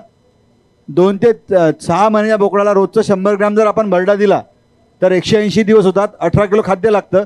25 रुपये किलोप्रमाणे 450 रुपये. 6 ते 14 महिन्यापर्यंत रोजचं 250 ग्रॅम ते 1500 रुपये येते. लसीकरण, इतर जंतनाशक व वर्षभर लागणारे औषधे, त्यामध्ये मग तुमचं लिव्हर टॉनिक असेल, कॅल्शियम असेल, त्यांना दिलेलं आपण जंतनाशक असेल, डिवॉर्मिंग असेल, हे सगळं जर आपण पकडलं तर 340 रुपये. एकूण खर्च 4,000 रुपये. तर आपण ते किंमत जर वाढवली तर हा खर्च 6,000 रुपये होईल. 6,000 रुपयाचा बोकड तुमचा कमीत कमी 15,000ला विकला तो, कमीत कमी. कोणताही बोकड जो आपण ईदला विकतो तो बोकड. आणि काही बोकडांची किंमत 50,000पर्यंत ईदला असते. फक्त नाही 50 तर 25,000वर कोणताही बोकड विकला जातो. हे साधं सूत्र आहे. यात काही धोके असतात. यामध्ये बकऱ्यांवर जे परजीवी वगैरे येतात, पॅरासाईट असतात, हे असतात, त्यामुळे थोडंसं लक्ष देणं आवश्यक असतं. बोकडांची विक्री खूप सोपी असते. ATM सारखं बोकड आहेत, लगेच पैसा भेटतो विकला की. सोनं विकायला कठीण जाईल, पण बोकड विकायला काढलं तर 10 व्यापारी आपल्या घरी येतात. बोकड मासाला प्रचंड किंमत आहे. हे आमच्या बाजारपेठ आहेत. आता आपण थोडं डिटेलिंगमध्ये चर्चा अशी करू की आपण शेळी घेतली, आपण काही गोष्टी करणं आवश्यक आहेत. आपण ज्यावेळेस बाजारातनं बकरी घेतली ना, माझा वेळ आहे ना मॅडम, वेळ आहे ना? आहे ना? आपण ज्यावेळेस बाजारातनं शेळी आणतो त्यावेळेस आपण तिचे कान बघितले, ती आजारी आहे का हे बघितलं. पण बकरी घरी आणल्यानंतर आपण एक जर पोटॅशियम परमॅंगनेट शिशी घेतली, छोटी पुडी भेटते, माहिती आहे का? पोटॅशियम परमॅंगनेट छोटी पुडी भेटते, 20 रुपयाची पुडी आहे मेडिकलवर, फार महाग नाही आहे. ती पाण्यात टाकायची. टोपलं असेल तर टोपलं, जर हौद असेल आपल्याकडे तर हौदात टाकायची. जर छोटं टोपलं असेल किंवा एखादा कूलरचा टप असेल त्या टपामध्ये ते पाणी टाकायचं. 200 लिटर पाणी घ्यायचं, त्यामध्ये ते पुडी टाकून द्यायची. पूर्ण टपातलं पाणी कसं होईल? गुलाबी रंगाचं होईल. आणि त्यामध्ये आपल्या शेळ्यांचे पाय हे जवळपास 4-4, 5-5 इंच डुबवायचे, त्यांचे खुरं आणि पाय. का बरं असं म्हणतो मी? का करायचं? शेळ्यांच्या खुरांना तुम्ही वारंवार त्यांना निर्जंतुकीकरण खूप करणं आवश्यक आहे. जर शेळ्यांचे खुरं निर्जंतुक झाले नाहीत तर शेळ्यांमध्ये प्रचंड आजार येतात. सरांनी मगाशी नाळ कापायला सांगितली पिल्लाची, बघितली का तुम्ही? तुम्ही कापता का? का बरं नाळ कापली पाहिजे आपण? नाळ का बरं कापली पाहिजे? त्यांना माईक द्या ना मॅडम, त्यांना माईक द्या ना. एक माईक तिकडेच ठेवा. नाळ का बरं कापतो आपण? एक्झॅक्टली, बरोबर आहे. ज्यावेळेस पिल्लू होते ना त्यावेळेस तो प्लॅसेंटा असतो, त्याला आपण नाळ म्हणतो. जसं आईच्या पोटात सगळं सप्लिमेंट कोण देते? Food supplement. तर आईच्या ह्याच्यातून त्या नाळेमधून मिळतं. आणि ती नाळ जर कायम असली तर ती नाळ टाकते, जमिनीला टेकते आणि त्यातनं ती प्रक्रिया सुरूच असते, कारण प्लॅसेंटा जिवंत असतो. आता आपल्याकडे एक नवीन सायन्स निर्माण झालं. आता लहान मुलांच्या नाळी आपण प्रिझर्व करतो. दवाखान्यामध्ये तुम्हाला बघा, तुम्ही जे काही लहान मुलं होतात ना जन्मजात, त्यांच्या नाळी आता कायम आपण प्रिझर्व करून ठेवतो. कारण उद्या जर एखादा आपला अवयव बंद पडला, एखादा जर शरीरातल्या पेशी कमी पडल्या, तर ते नाळ आपण तिथं लावतो, त्याला ते इन्सेक्ट करतात. तर अशा प्रकारे नाळीतलं नाळ जिवंत असते आणि त्यांचं अन्नशोषण चालू असते. आणि जमिनीला ते जर नाळ टेकली तर त्यामधनं इन्फेक्शन बाळाचा म्हणजे त्या पिल्लाला वर जातं आणि पिल्लू त्याला बरेचसे आजार होतात. कॉक्सिडियानाचा आजार होतो. असे आजार असतील तुमच्याकडे बकऱ्यांचे पिल्लांचे, तुम्हाला सगळ्यांना अनुभव असेल की 2 दिवस पिल्लू चांगलं असते, तिसऱ्या दिवशी पिल्लू हातपाय जमा करून मेलेलं असतं. जर तुम्ही बघितलं तर पिल्लू मेलेलं सापडेल तुम्हाला. असे प्रकार असतात. म्हणून नाळ कापायची, 2 इंच नाळ वर ठेवायची, कापल्यानंतर चांगल्या ब्लेडने कापायची, ती कच्च दोऱ्याने बांधायची, बेटाडीनमध्ये डुबून घ्यायचं. हा प्रकार खूप आवश्यक आहे. जर आपण नाळ बेटाडीनमध्ये डुबवली नाही तर ती निर्जंतुकीकरण होणार नाही. एकदा बेटाडीनमध्ये नाळ डुबवली, 2-3 दिवस जर आपण त्याला त्या डिप केलं बेटाडीनमध्ये, तर खूप चांगलं आहे. आणि त्यातनं काय होईल की तुम्हाला ते पूर्णतः नाळ निर्जंतुक होऊन जाईल आणि 2-3 दिवसानंतर नाळ 5व्या-6व्या दिवशी नाळ तुटून पडून जाईल. ह्या गोष्टी आवश्यक असतात. बकऱ्यांच्या अंगावर अनेक पिसं असतात. पिसं तुमच्या फार्ममध्ये जर सगळ्यात मोठं नुकसान जर कोणी करत असेल तर ते रक्त पिणारे हे असतात, पिशी असतात. 2 दिवसात शेळी किंवा शेळीचं पिल्लू मेलच पाहिजे. पिल्लं होतात आणि हातपाय जमा करून ज्यावेळेस पडतात ना, ते त्यांना पिसं लागलेली असतात. त्यासाठी एक एक्झॉटिक साबण आहे, एक्झिटिक नावाचं. ते मॅनकाइंड कंपनीचं आहे आणि खूप चांगलं आहे, खूप चांगलं आहे. ते जर तुम्ही वापरलं, मी काही कंपनीचा कुठला ब्रँड ॲम्बॅसिडर किंवा मार्केटिंग करत नाही, पण त्याचे रिझल्ट प्रचंड चांगले आहेत. त्याने जर आपण बकऱ्यांची आंघोळ केली तर बकऱ्यांना तो आजार होत म्हणजे कुठल्याही प्रकारचे गोचिड गोमाशा राहत नाहीत. तुमच्या गोठ्यामध्ये वारंवार फवारी असणं आवश्यक आहे. तुमच्या गोठ्यामध्ये जर का गोठ्यामध्ये वास आला शेळी पालनाचा तर तुमचं शेळी पालन सक्सेस नाही. आमच्याकडे 1500 शेळ्या आहेत, तुम्हाला एकही स्मेल येणार नाही. मगाशी बोललो आपण की बकरीच्या दुधाचा वास येतो ना, वास, किंवा बकऱ्यांच्या गोठ्यामध्ये वास येतो. तो वास का बरं येतो? आणि तो वास येणं आवश्यक असतो. तो वास येतो तुमच्या बकऱ्याच्या गोठ्यामध्ये मेल असतात, त्या नराच्या इथून तो स्मेल, त्या ग्रंथी असतात त्यातून तो स्मेल बाहेर पडतो. तो स्मेल बाहेर पडल्यावरच फिमेल अट्रॅक्ट होते आणि फिमेल हीटवर येते, एक लक्षात ठेवा. आणि म्हणून तो स्मेल आवश्यक असतो. बरेचसे लोक तो स्मेल, त्या बुळकुंड्या जर जाळल्या तर तो स्मेल येत नाही. जर आपण मेल सेपरेट केला तर दुधाला पण वास येत नाही, कारण तो वास त्या फिमेलला येतो आणि फिमेलचा वास त्या दुधाला लागतो. म्हणून शेळी पालनामध्ये ह्या सगळ्या गोष्टी करणं आवश्यक आहे. तुमची ब्रीड सिलेक्शन खूप आवश्यक आहे. आपल्याकडे बेरारी चांगली ब्रीड आहे, ज्या बेरारी आम्ही 10 वर्ष काम केलं. पण लोकल ब्रीडवर जास्त फोकस करा. आपण कुठल्या भूलथापांना बळी पडू नका की बिटल चांगले असतात, त्यानंतर आपण उस्मानाबादी आणतो. क्रॉसिंगवर खूप लक्ष द्या. बऱ्याचशा लोकांनी तुमचं साताऱ्याचं फलटणचं बोरच्या फार्मबद्दल ऐकलं असेल, निमकरांचं. चंदा निमकर मॅडम आहे, त्या बोरचं काम करतात. आणि आता बोरची किंमत खूप महाग आहे. आपल्याला सांगितलं की तो बोकड आणायचा आणि आपल्या बकऱ्यांवर मीटिंग करायचं. पण ते मीटिंग इतकं हॉरिबल झालं. आपल्या बकऱ्याच्या गर्भाशयाची कपॅसिटी खूप लहानशी असते. आपलं जे पिल्लू असते ना, हे पिल्लू 2 किलोपर्यंत असतं, 1.5 ते 2 किलोपर्यंत, 2-2.5 किलोपर्यंत असतं. आफ्रिकन बोरचं पिल्लू खूप जास्त वजनदार असतं. आपण मीटिंग करताना आपली बकरी लहान असते, तिच्या गर्भाशयाची लाईन साईज लहान असते. आपण मीटिंग तर करतो, मीटिंग केल्यानंतर अशा अनेक लोकांना प्रॉब्लेम आले असतील की एक पिल्लू खूप मोठं असते, एक पिल्लू बिलकुल अर्धा किलोचा गोळा असतो, त्याला त्याच्या अंगावर केस वगैरे तो अबार्ड होऊन पडतो. त्यानंतर बकरी पिल्लं देत नाही, कारण बकऱ्यांच्या गर्भाशयाची सगळी साईज डिस्टर्ब झालेली असते. त्यामुळे जसे आपण संबंध माणसामध्ये करतो ना, इकडून तिकडून झांबलून आपण आपल्याला आणतो ना, त्यामुळे आपण लोकल ब्रीडवरच काम करा. लोकल बीटचे बोकड पण चांगले असतात, म्हणजे 65 किलोपर्यंत वजन असतात.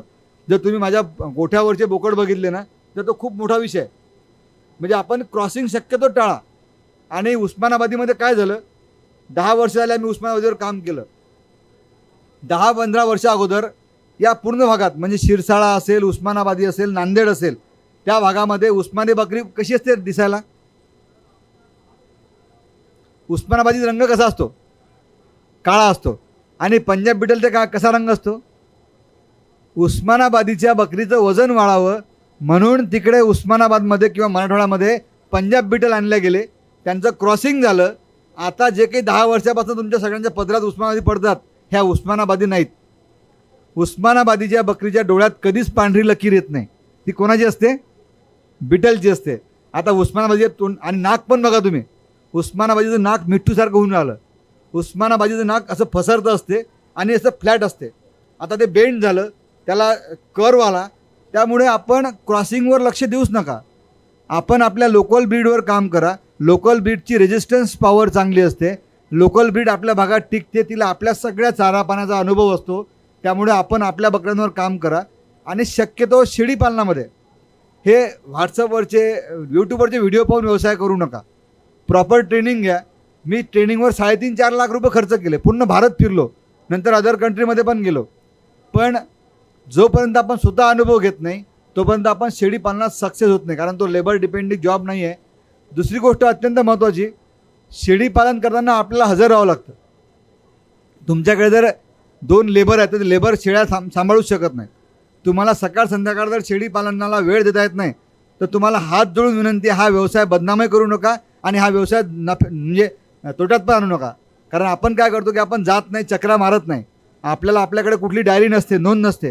आमच्याकडे एवढं परफेक्ट गेसिंग असतं की आम्ही आमच्या शेळीची डिलिव्हरी डेट असते, जशी आपली महिला असते, आपण ज्या ह्युमनचं सगळं आपण करतो, आणि डॉक्टर डेट मेन्शन करते की तुमची 22 तारखेला तुमची डिलिव्हरी होऊ शकते. 2-4 दिवस मागे पुढे आम्ही डॉट डिलिव्हरी काढतो बकरीची. जर आम्ही सांगितलं की ही बकरी 22 डिसेंबर तर ती 19 डिसेंबरला होईल किंवा 24 डिसेंबरला होईल. एवढं नोंदी आमच्याकडे असतात. कोणता बोकड कुठं क्रॉस केला हे असतं.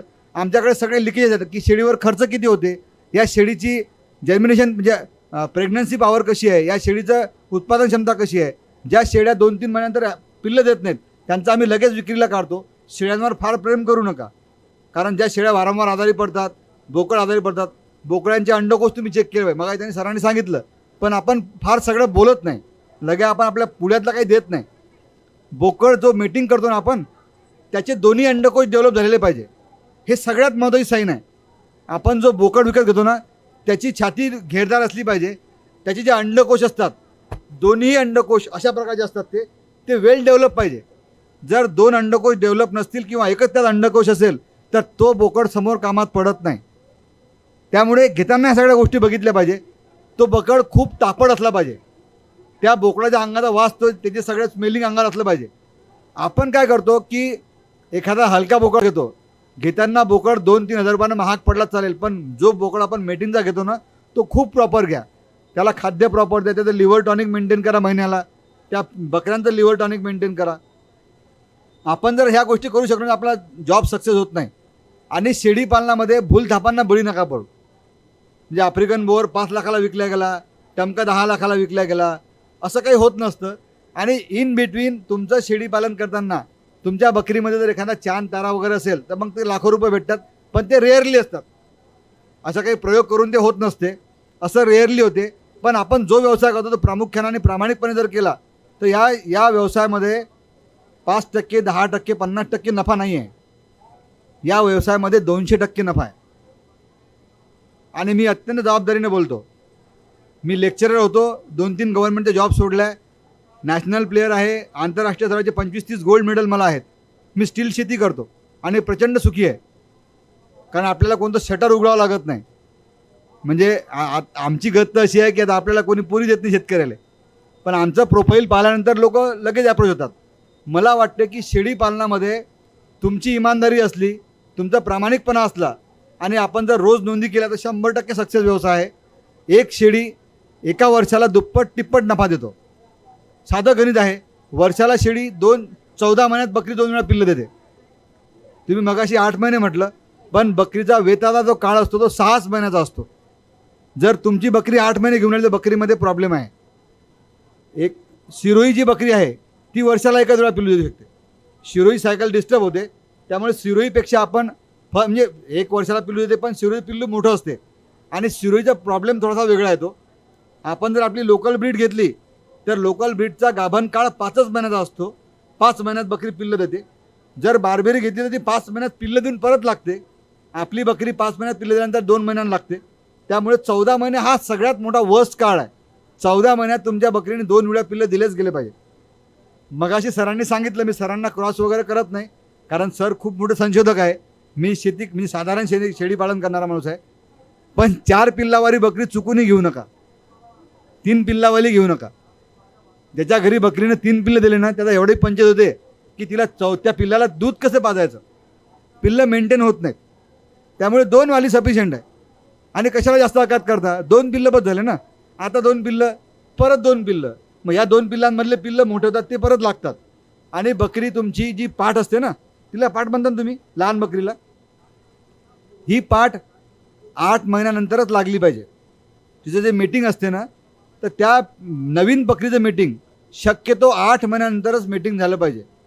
तुमच्या गोठ्यामध्ये एकच बोकड 2 वर्षावर वापरू नका.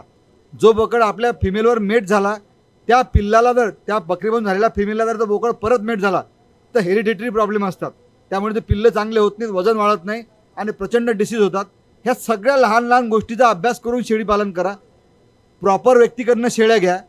मगाशी सर म्हणत की आपल्या खेळ्याची किंमत आपण ठरवा, असं होत नाही. माझ्याकडे 1500 बकऱ्या आहेत. आपण बाजारात बकरी घ्यायला जा, तुम्हाला बकरी सगळ्यात महाग बकरी तुमच्या अंगावर टाकून दिली जाते. ती बकरी तुम्ही विकायला जा, ती बकरी सगळ्यात स्वस्त विकली जाते.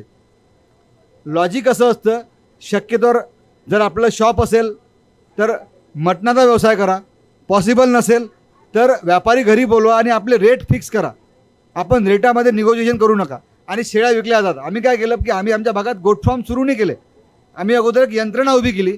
मी 120 गोट फार्मची कन्सल्टन्सी करतो इन द सेन्स आम्ही सगळे सोबत आहे. या सगळ्यांच्या शेळ्या विकण्याची हमी मी घेतो. आपण महिलांना शेळ्या दिल्या, पण ते पिल्लं किंवा बकऱ्या विकल्या गेल्या पाहिजेत आणि त्याचा नफा व्यापाऱ्यांना घेता आपण घेतला पाहिजे. जर शेतकऱ्याला नफा नाही भेटला तर मग काय फायदा. जर आपण 6 महिने आणून बकरी त्याच भावात जर गेली ते खूप चुकीचं असते. म्हणून शेळी पालनामध्ये काही गोष्टी आपण अत्यंत जबाबदारीने पाळल्या पाहिजे. आता हा झाला आमचा अनुभव.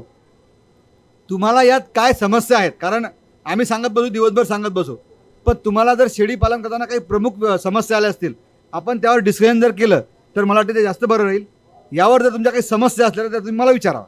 तुमचे काही जर प्रॉब्लेम असतील शेळी पालनामधले तर ते आपण कृपा करून विचारावे प्रत्येकाने. आहेत का? नाही आहे? माईक द्या मॅडम त्यांना.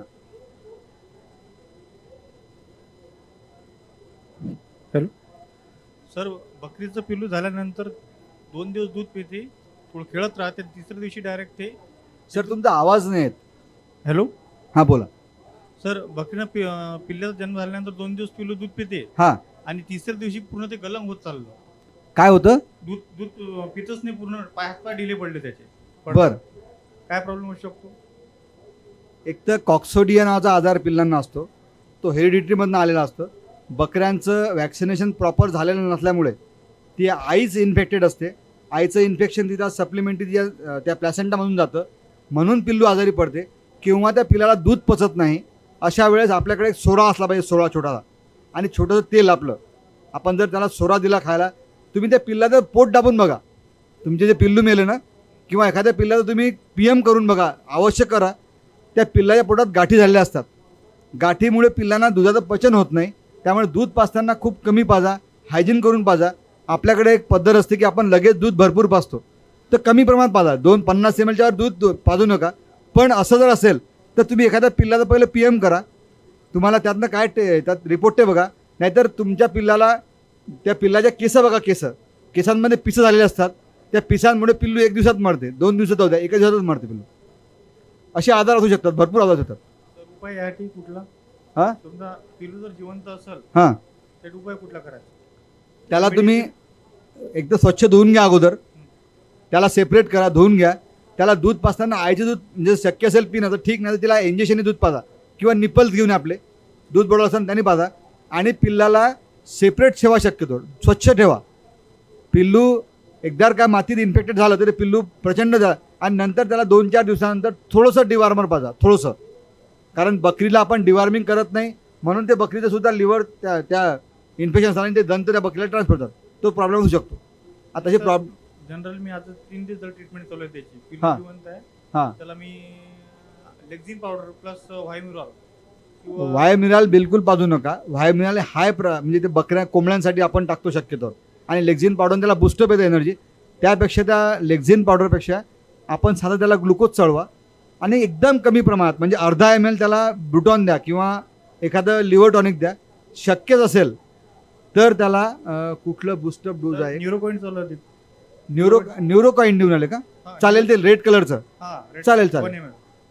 1 ml नका देऊ, हाफ ml द्या. हाफ ml आणि एकच द्या दिवसातून, 2 वेळा देऊ नका. फक्त एकच दा. हां. ठीक आहे. अजून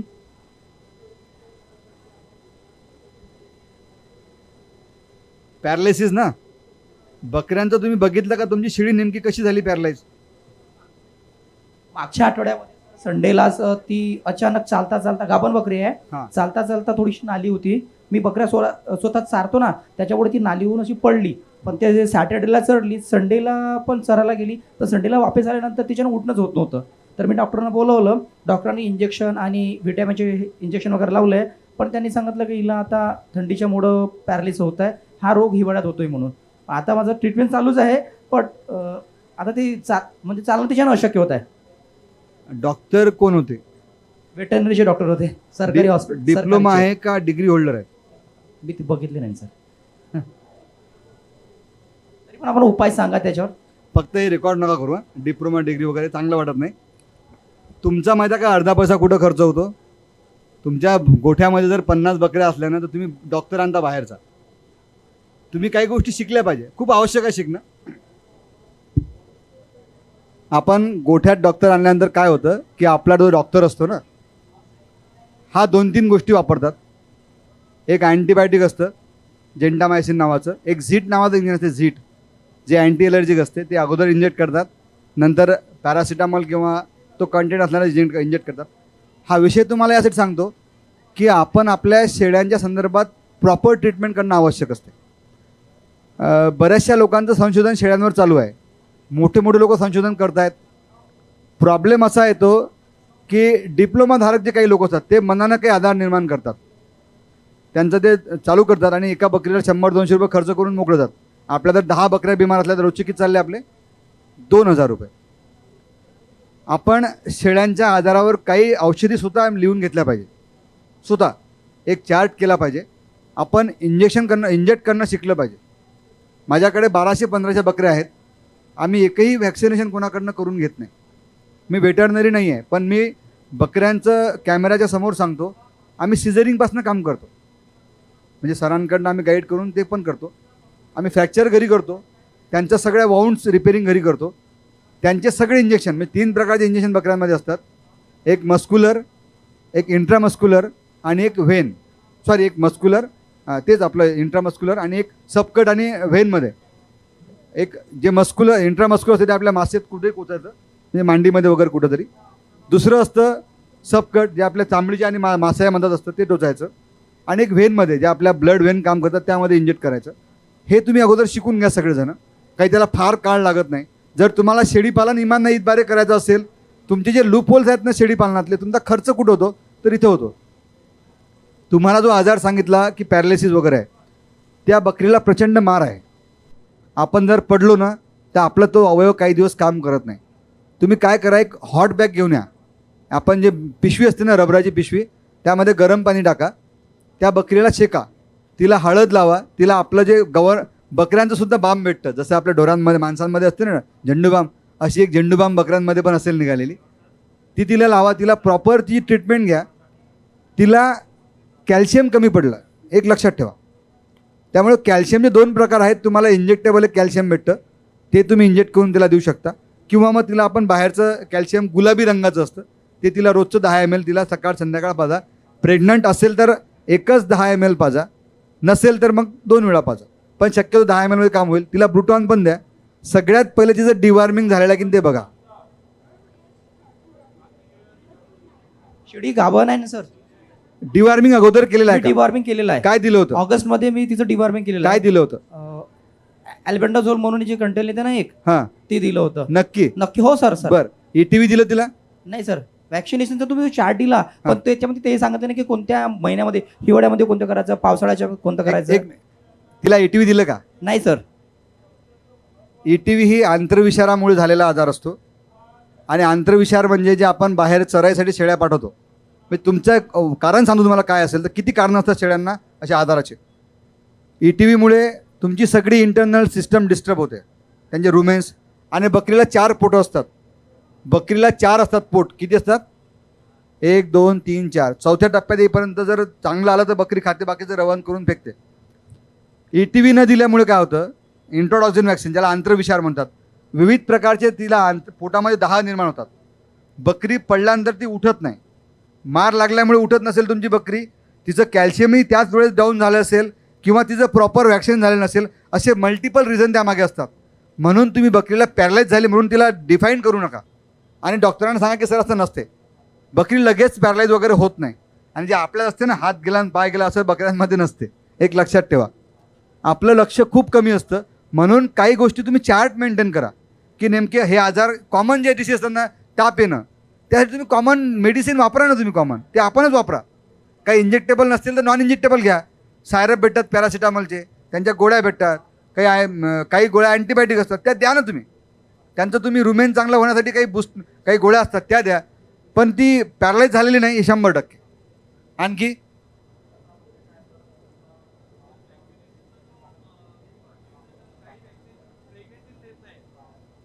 सर काही वॅक्सिन प्रेग्नेन्सी मध्ये दिल्या जात नाही आहे. तर काही आता जसं माझ्याकडे 50 बकरे आहे, तर काही याच्यातल्या गाभण आहे, तर त्यांना वॅक्सिन ते होऊ शकत नाही आहे.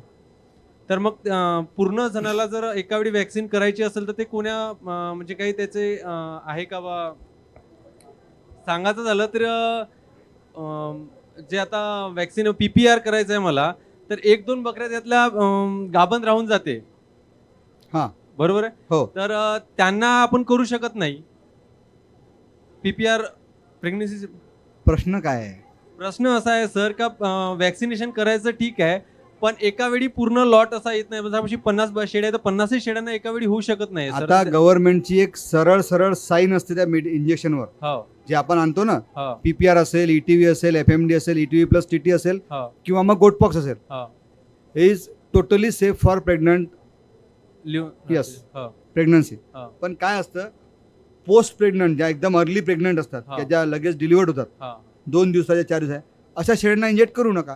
किंवा ज्या 3 महिन्यापर्यंत शेळ्या आहेत हो त्या शेळ्यांना देऊ नका. मुळात एक लक्षात ठेवा, शेळीचं जे ॲबॉर्शन होतं की नाही, हो प्रेग्नंट शेळ्यांना इंजेक्शन यासाठी अलाउड करत नाही, हो. कारण शेळी हा अत्यंत म्हणजे भित्रा प्राणी आहे. बरोबर. प्रॉब्लेम असा आहे की त्या इंजेक्शनच्या कंटेंटमध्ये ती अबॉर्ट होत नाही. हा. तिला इंजेक्शन टोचल्यामुळे ती प्रचंड डिस्टर्ब होते, ती डिप्रेसमध्ये जाते आणि म्हणून ती अबॉर्ट होते. अच्छा. हे एक मेजर रिझन आहे. हो म्हणजे सगळ्यात मेजर रिझन आहे की बकरी घाबरते हो आणि बकरीची लिव्हर एवढे कमजोर असतात, हो म्हणून तिला लिव्हर टॉनिक पर मंथ आपण तिला मेंटेन करतो. म्हणून आपण तिथं आपल्याकडे जे जर चार्ट असला की आपल्याकडे तुमच्याकडे 50 बकऱ्या आहेत, हो त्यातल्या काही 10-15 प्रेग्नंट असतील त्या एकदम जवळ आहेत, हा बिलकुल. त्यांना बायफर्गेट करा, हा. इतरांना इंजेक्शन द्या. पण एका वेळीच एका वेळेस द्या ना, काहीच प्रॉब्लेम येत नाही. काय होतं, काहीच प्रॉब्लेम होत नाही, काही प्रॉब्लेम होत नाही. मागच्या पण- वेळेस सर अबॉर्शन झाल्याचे चान्सेस जास्त झाले. जवळच्या नका घेऊ ना. तुमचा डॉक्टर कसा इंजेक्ट करतो, कारण ब्लड निघालं तर ते सक्सेस नाही आहे. नाही सर. जर तुम्ही सबकट देऊन आले आणि ब्लड निघालं, दॅट इज रॉंग, म्हणजे तुमचं चुकलं. हो मग असंच असेल तर तुम्ही काय करा, एक तर PPR तुम्हाला 3 वर्षात एका जोडी जावं लागतं. बिलकुल बिलकुल सर. बरोबर आहे. PPR तुम्ही एकदम अर्ली देऊन द्या की जे बकरी प्रेग्नंटच नाही आहे, किंवा आफ्टर डिलिव्हरी देऊन टाका. पण सर त्याची वाईल जर 50 म्हणजे 50 ml ची आहे तर आता ते 20चं mix पण करा- व्हायला निघालं. हा आता 20चं, मग सगळ्या गोष्टी तर तुमच्या मनाने होणार नाहीत ना, नाही. नुकसान होईल. हो एक तर 50 शेळ्यांना सोबत टोचा, हो किंवा मग तुम्ही ते बेअर करा थोडंसं. म्हणजे तुम्हाला इकॉनॉमिकली बेअर करावं लागेल. हो सगळ्या गोष्टीवर सोल्युशन तर पॉसिबलच नाही आहे. बरोबर आहे. हो. त्यामुळे तुम्ही तो शेळ्यांचं एज आणि ते त्यांची प्रेग्नन्सी मेंटेन करा, त्यावर तुमचं होऊ शकतं. ETVचा प्रॉब्लेम असा आहे की ETV तुम्हाला पाणी पडण्याच्या अगोदर आपण शक्यतो चालेल देतो. पाहिजे. हो. बरोबर आहे. हो. म्हणजे पावसाच्या अगोदर ETV दिली पाहिजे, हम्म. कारण चाऱ्यावर. आणि एक अजून लक्षात ठेवा, आपल्या घरी 1-2 बकऱ्या असतात आणि आपण बकऱ्यांना सकाळी गाव उठण्या अगोदर चारायला नेतो. कोणा शेतात चारतो, कोणा धुऱ्यानं चारतो, लोक उठायच्या अगोदर. That time is totally wrong. कारण त्यावेळेस जे पानांवर दवबिंदू असतात ना ते आणि त्यावर धुरी पडलेली असते, ती खाऊन बकरी प्रचंड इन्फेक्शन म्हणजे इन्फेक्टेड होते. सर बकरी चरतच नाही सर. चरतच actually. नाही. येस, 8:30-9च्या नंतर प्रकाश बकरी पडणे- ऊन पडल्यानंतरच चरायला चरते, पाठवा. बरोबर सर. नाही तर तुम्ही ते बकऱ्यांना आणखी घर म्हणजे हे करताल. हे एक फार महत्त्वाचं रिझन आहे. आणि तो तुम्हाला चार्ट मेंटेन, त्यावर दुसरा कुठला पर्याय नाही. माझ्याकडे 1700 बकऱ्या आहेत. आम्ही चार्ट मेंटेन करतो. ते पॉसिबल नसतं, पण तुम्हाला तेवढा वेळ द्यावा लागतो. चार्ट आम्ही पण मेंटेन करतो सर, पण एका वेळी होत नाही सर ऍक्च्युली. मागे पुढे द्या ना. ते तुमच्याकडे गव्हर्नमेंटचं व्हायला असतील ना, ते घेऊन यायचे, टोचत बसायचं. अच्छा, तोच एक पर्याय आहे येस, की- दुसरा काही त्याला पर्याय नाही. हा, तोच एक. अजून डिवॉर्मिंग कसं करता तुम्ही? डिवॉर्मिंग सर डिवॉर्मिंग असं नाही की कोणी म्हणते 3 महिन्यांनीच करायचं, असं नाही. आम्ही सिम्पटम जर दिसले तर आम्ही करतो. नाही नाही, तसं नका करू. हा म्हणजे आजार झाल्यावर एक लक्षात ठेवा, जंत झाल्यावर जंत पळत नसतात, जंत मरतही नसतात. हा ते अगोदर होऊ द्यायचे नसतात. वर्षातनं किमान 3 वेळा डिवॉर्मिंग करा. म्हणजे 4 महिन्याचा चार्ट करा तुम्ही. आणि प्रेग्नन्सी सेफ शक्यतो सगळे जंतनाशक वापरा. आणि तिन्ही वेळेस तुम्ही अल्टरनेटिव्ह वापरा. सर तुम्ही आयव्हरमॅक्टिन वर बोलले होते की आयव्हरमॅक्टिन प्रेग्नेन्सी सेफ नाही. त्यांनी दिलं होतं. प्रेग्नन्सी सेफ नाही आहे ते, त्यामध्ये आयव्हरमेक्टिन कंटेंट तो नाही आहे. पण सर हां, झायक्लोज आहे, वीरक्लॉज आहेत, भरपूर आहेत. क्लोझेंटॉल आहे. सर आयव्हरमॅक्टिन तर हायटेक मधलं दिलं तर सर चालत आहे ना ते. प्रेग्नंट बकरीला चालत नाही. चालत पण आहे. कशाला फेंडोनाबल द्या ना तुम्ही. कशाला म्हणजे रिस्क कशाला घेता? दिले आजही रिस्क आता कशाला घ्यायची आपण? त्याच्याबद्दल काही हे नाही जर आहे. आपल्याकडे ऑप्शन असेल तर you must use that second option, अच्छा, असं मला वाटतं. ठीक आहे सर. सर बकऱ्यांना चारा होईल यासाठी काय करावं लागेल काय? शेतीमध्ये? बकऱ्यांसाठी चारा करण्यासाठी काय करायचं? चारा म्हणजे चारा त्याचं तुम्हाला खाद्य खाद्य कोणतं घ्यायचं त्याच्यासाठी? खाद्य महाग विकत भेटतं. आणि त्या- शेतीमध्ये जर करायचं शेतीमध्ये जर तुम्हाला बेस्ट तुम्हाला आणतो, सुबाबूळ असते ना, सुबाबूळ, राईट सर. सुबाबूळ लावा, ॲपल बेर लावा, ओके. त्यानंतर शेवगा लावा. मल्टी म्हणजे ते दोन्ही आहे. तुम्ही त्यांचे पिकं विकू शकता आणि चारा पण त्यांना होतो. ॲपल बेरचे तुम्ही बोरं विकू शकता, पाला त्यांना होतो. आणि बोरीचा पाला हा सगळ्यात चांगलं खाद्य आहे बकऱ्यांसाठी. त्यामुळे तुम्हाला चारा पेरावा लागेल. नाही तर मग कृष्णा घास नावाचा गवत आहे, फुले जयवंत आहे, फुले यशवंत आहेत, 4-5 ब्रीड आहेत चांगल्या, मल्टी कटिंग ग्रास आहेत आणि 10-20 फूट वाढतात त्या. चारा तुम्हाला चांगल्या प्रकारे द्या. चारा लगेच काढून देऊ नका. मेथी घास आहे, मेथी घास लगेच कापून देऊ नका. त्याला 1-2 घंट्यानंतर त्याला थोडंसं हे होऊ द्या, नंतर त्याला चारा द्या. ह्या सगळ्या गोष्टी तुम्हाला कळतील. तुती सगळ्यात बेस्ट आहे. म्हणजे तुम्ही एका एकरात तुती पेरा, 4 लाख रुपये गव्हर्नमेंटचं अनुदान घ्या आणि बकऱ्यांना चारा पण द्या आणि उत्पन्न काढा. थँक्यू. आपण डीपमध्ये जात नाही, आपण तेवढ्या पुरतं करतो फक्त. ते आपण डीपमध्ये जाऊन केलं पाहिजे. अजून प्रेग्नन्सी सेफ थोडंसं डिवर्मर सांगा, कोणकोणते आहे डिवर्मिंग प्रेग्नन्सी सेफसाठी? फेंडोनाबेल कंटेंट असलेलं कोणतंही. अच्छा, फेनबंडॉल झलवाला कोणतेही चालतंय. तर सर रिपीट 25 कंपन्या आहेत फेंडोनाबेल कंटेंट असणाऱ्या. 25. अच्छा अच्छा, हां. नाही नाही, कंटेंट जरी असलं तर कंपनी बदलून द्यायची. कंपनी बदलून जाते. मॅनकाइंडची आहे, दुसरी अजून कोणती कंपनी आहे? त्यात फायझर आहेत, भरपूर आहेत, ब्रुटॉन आहेत. Thank you sir. चला, थँक्यू.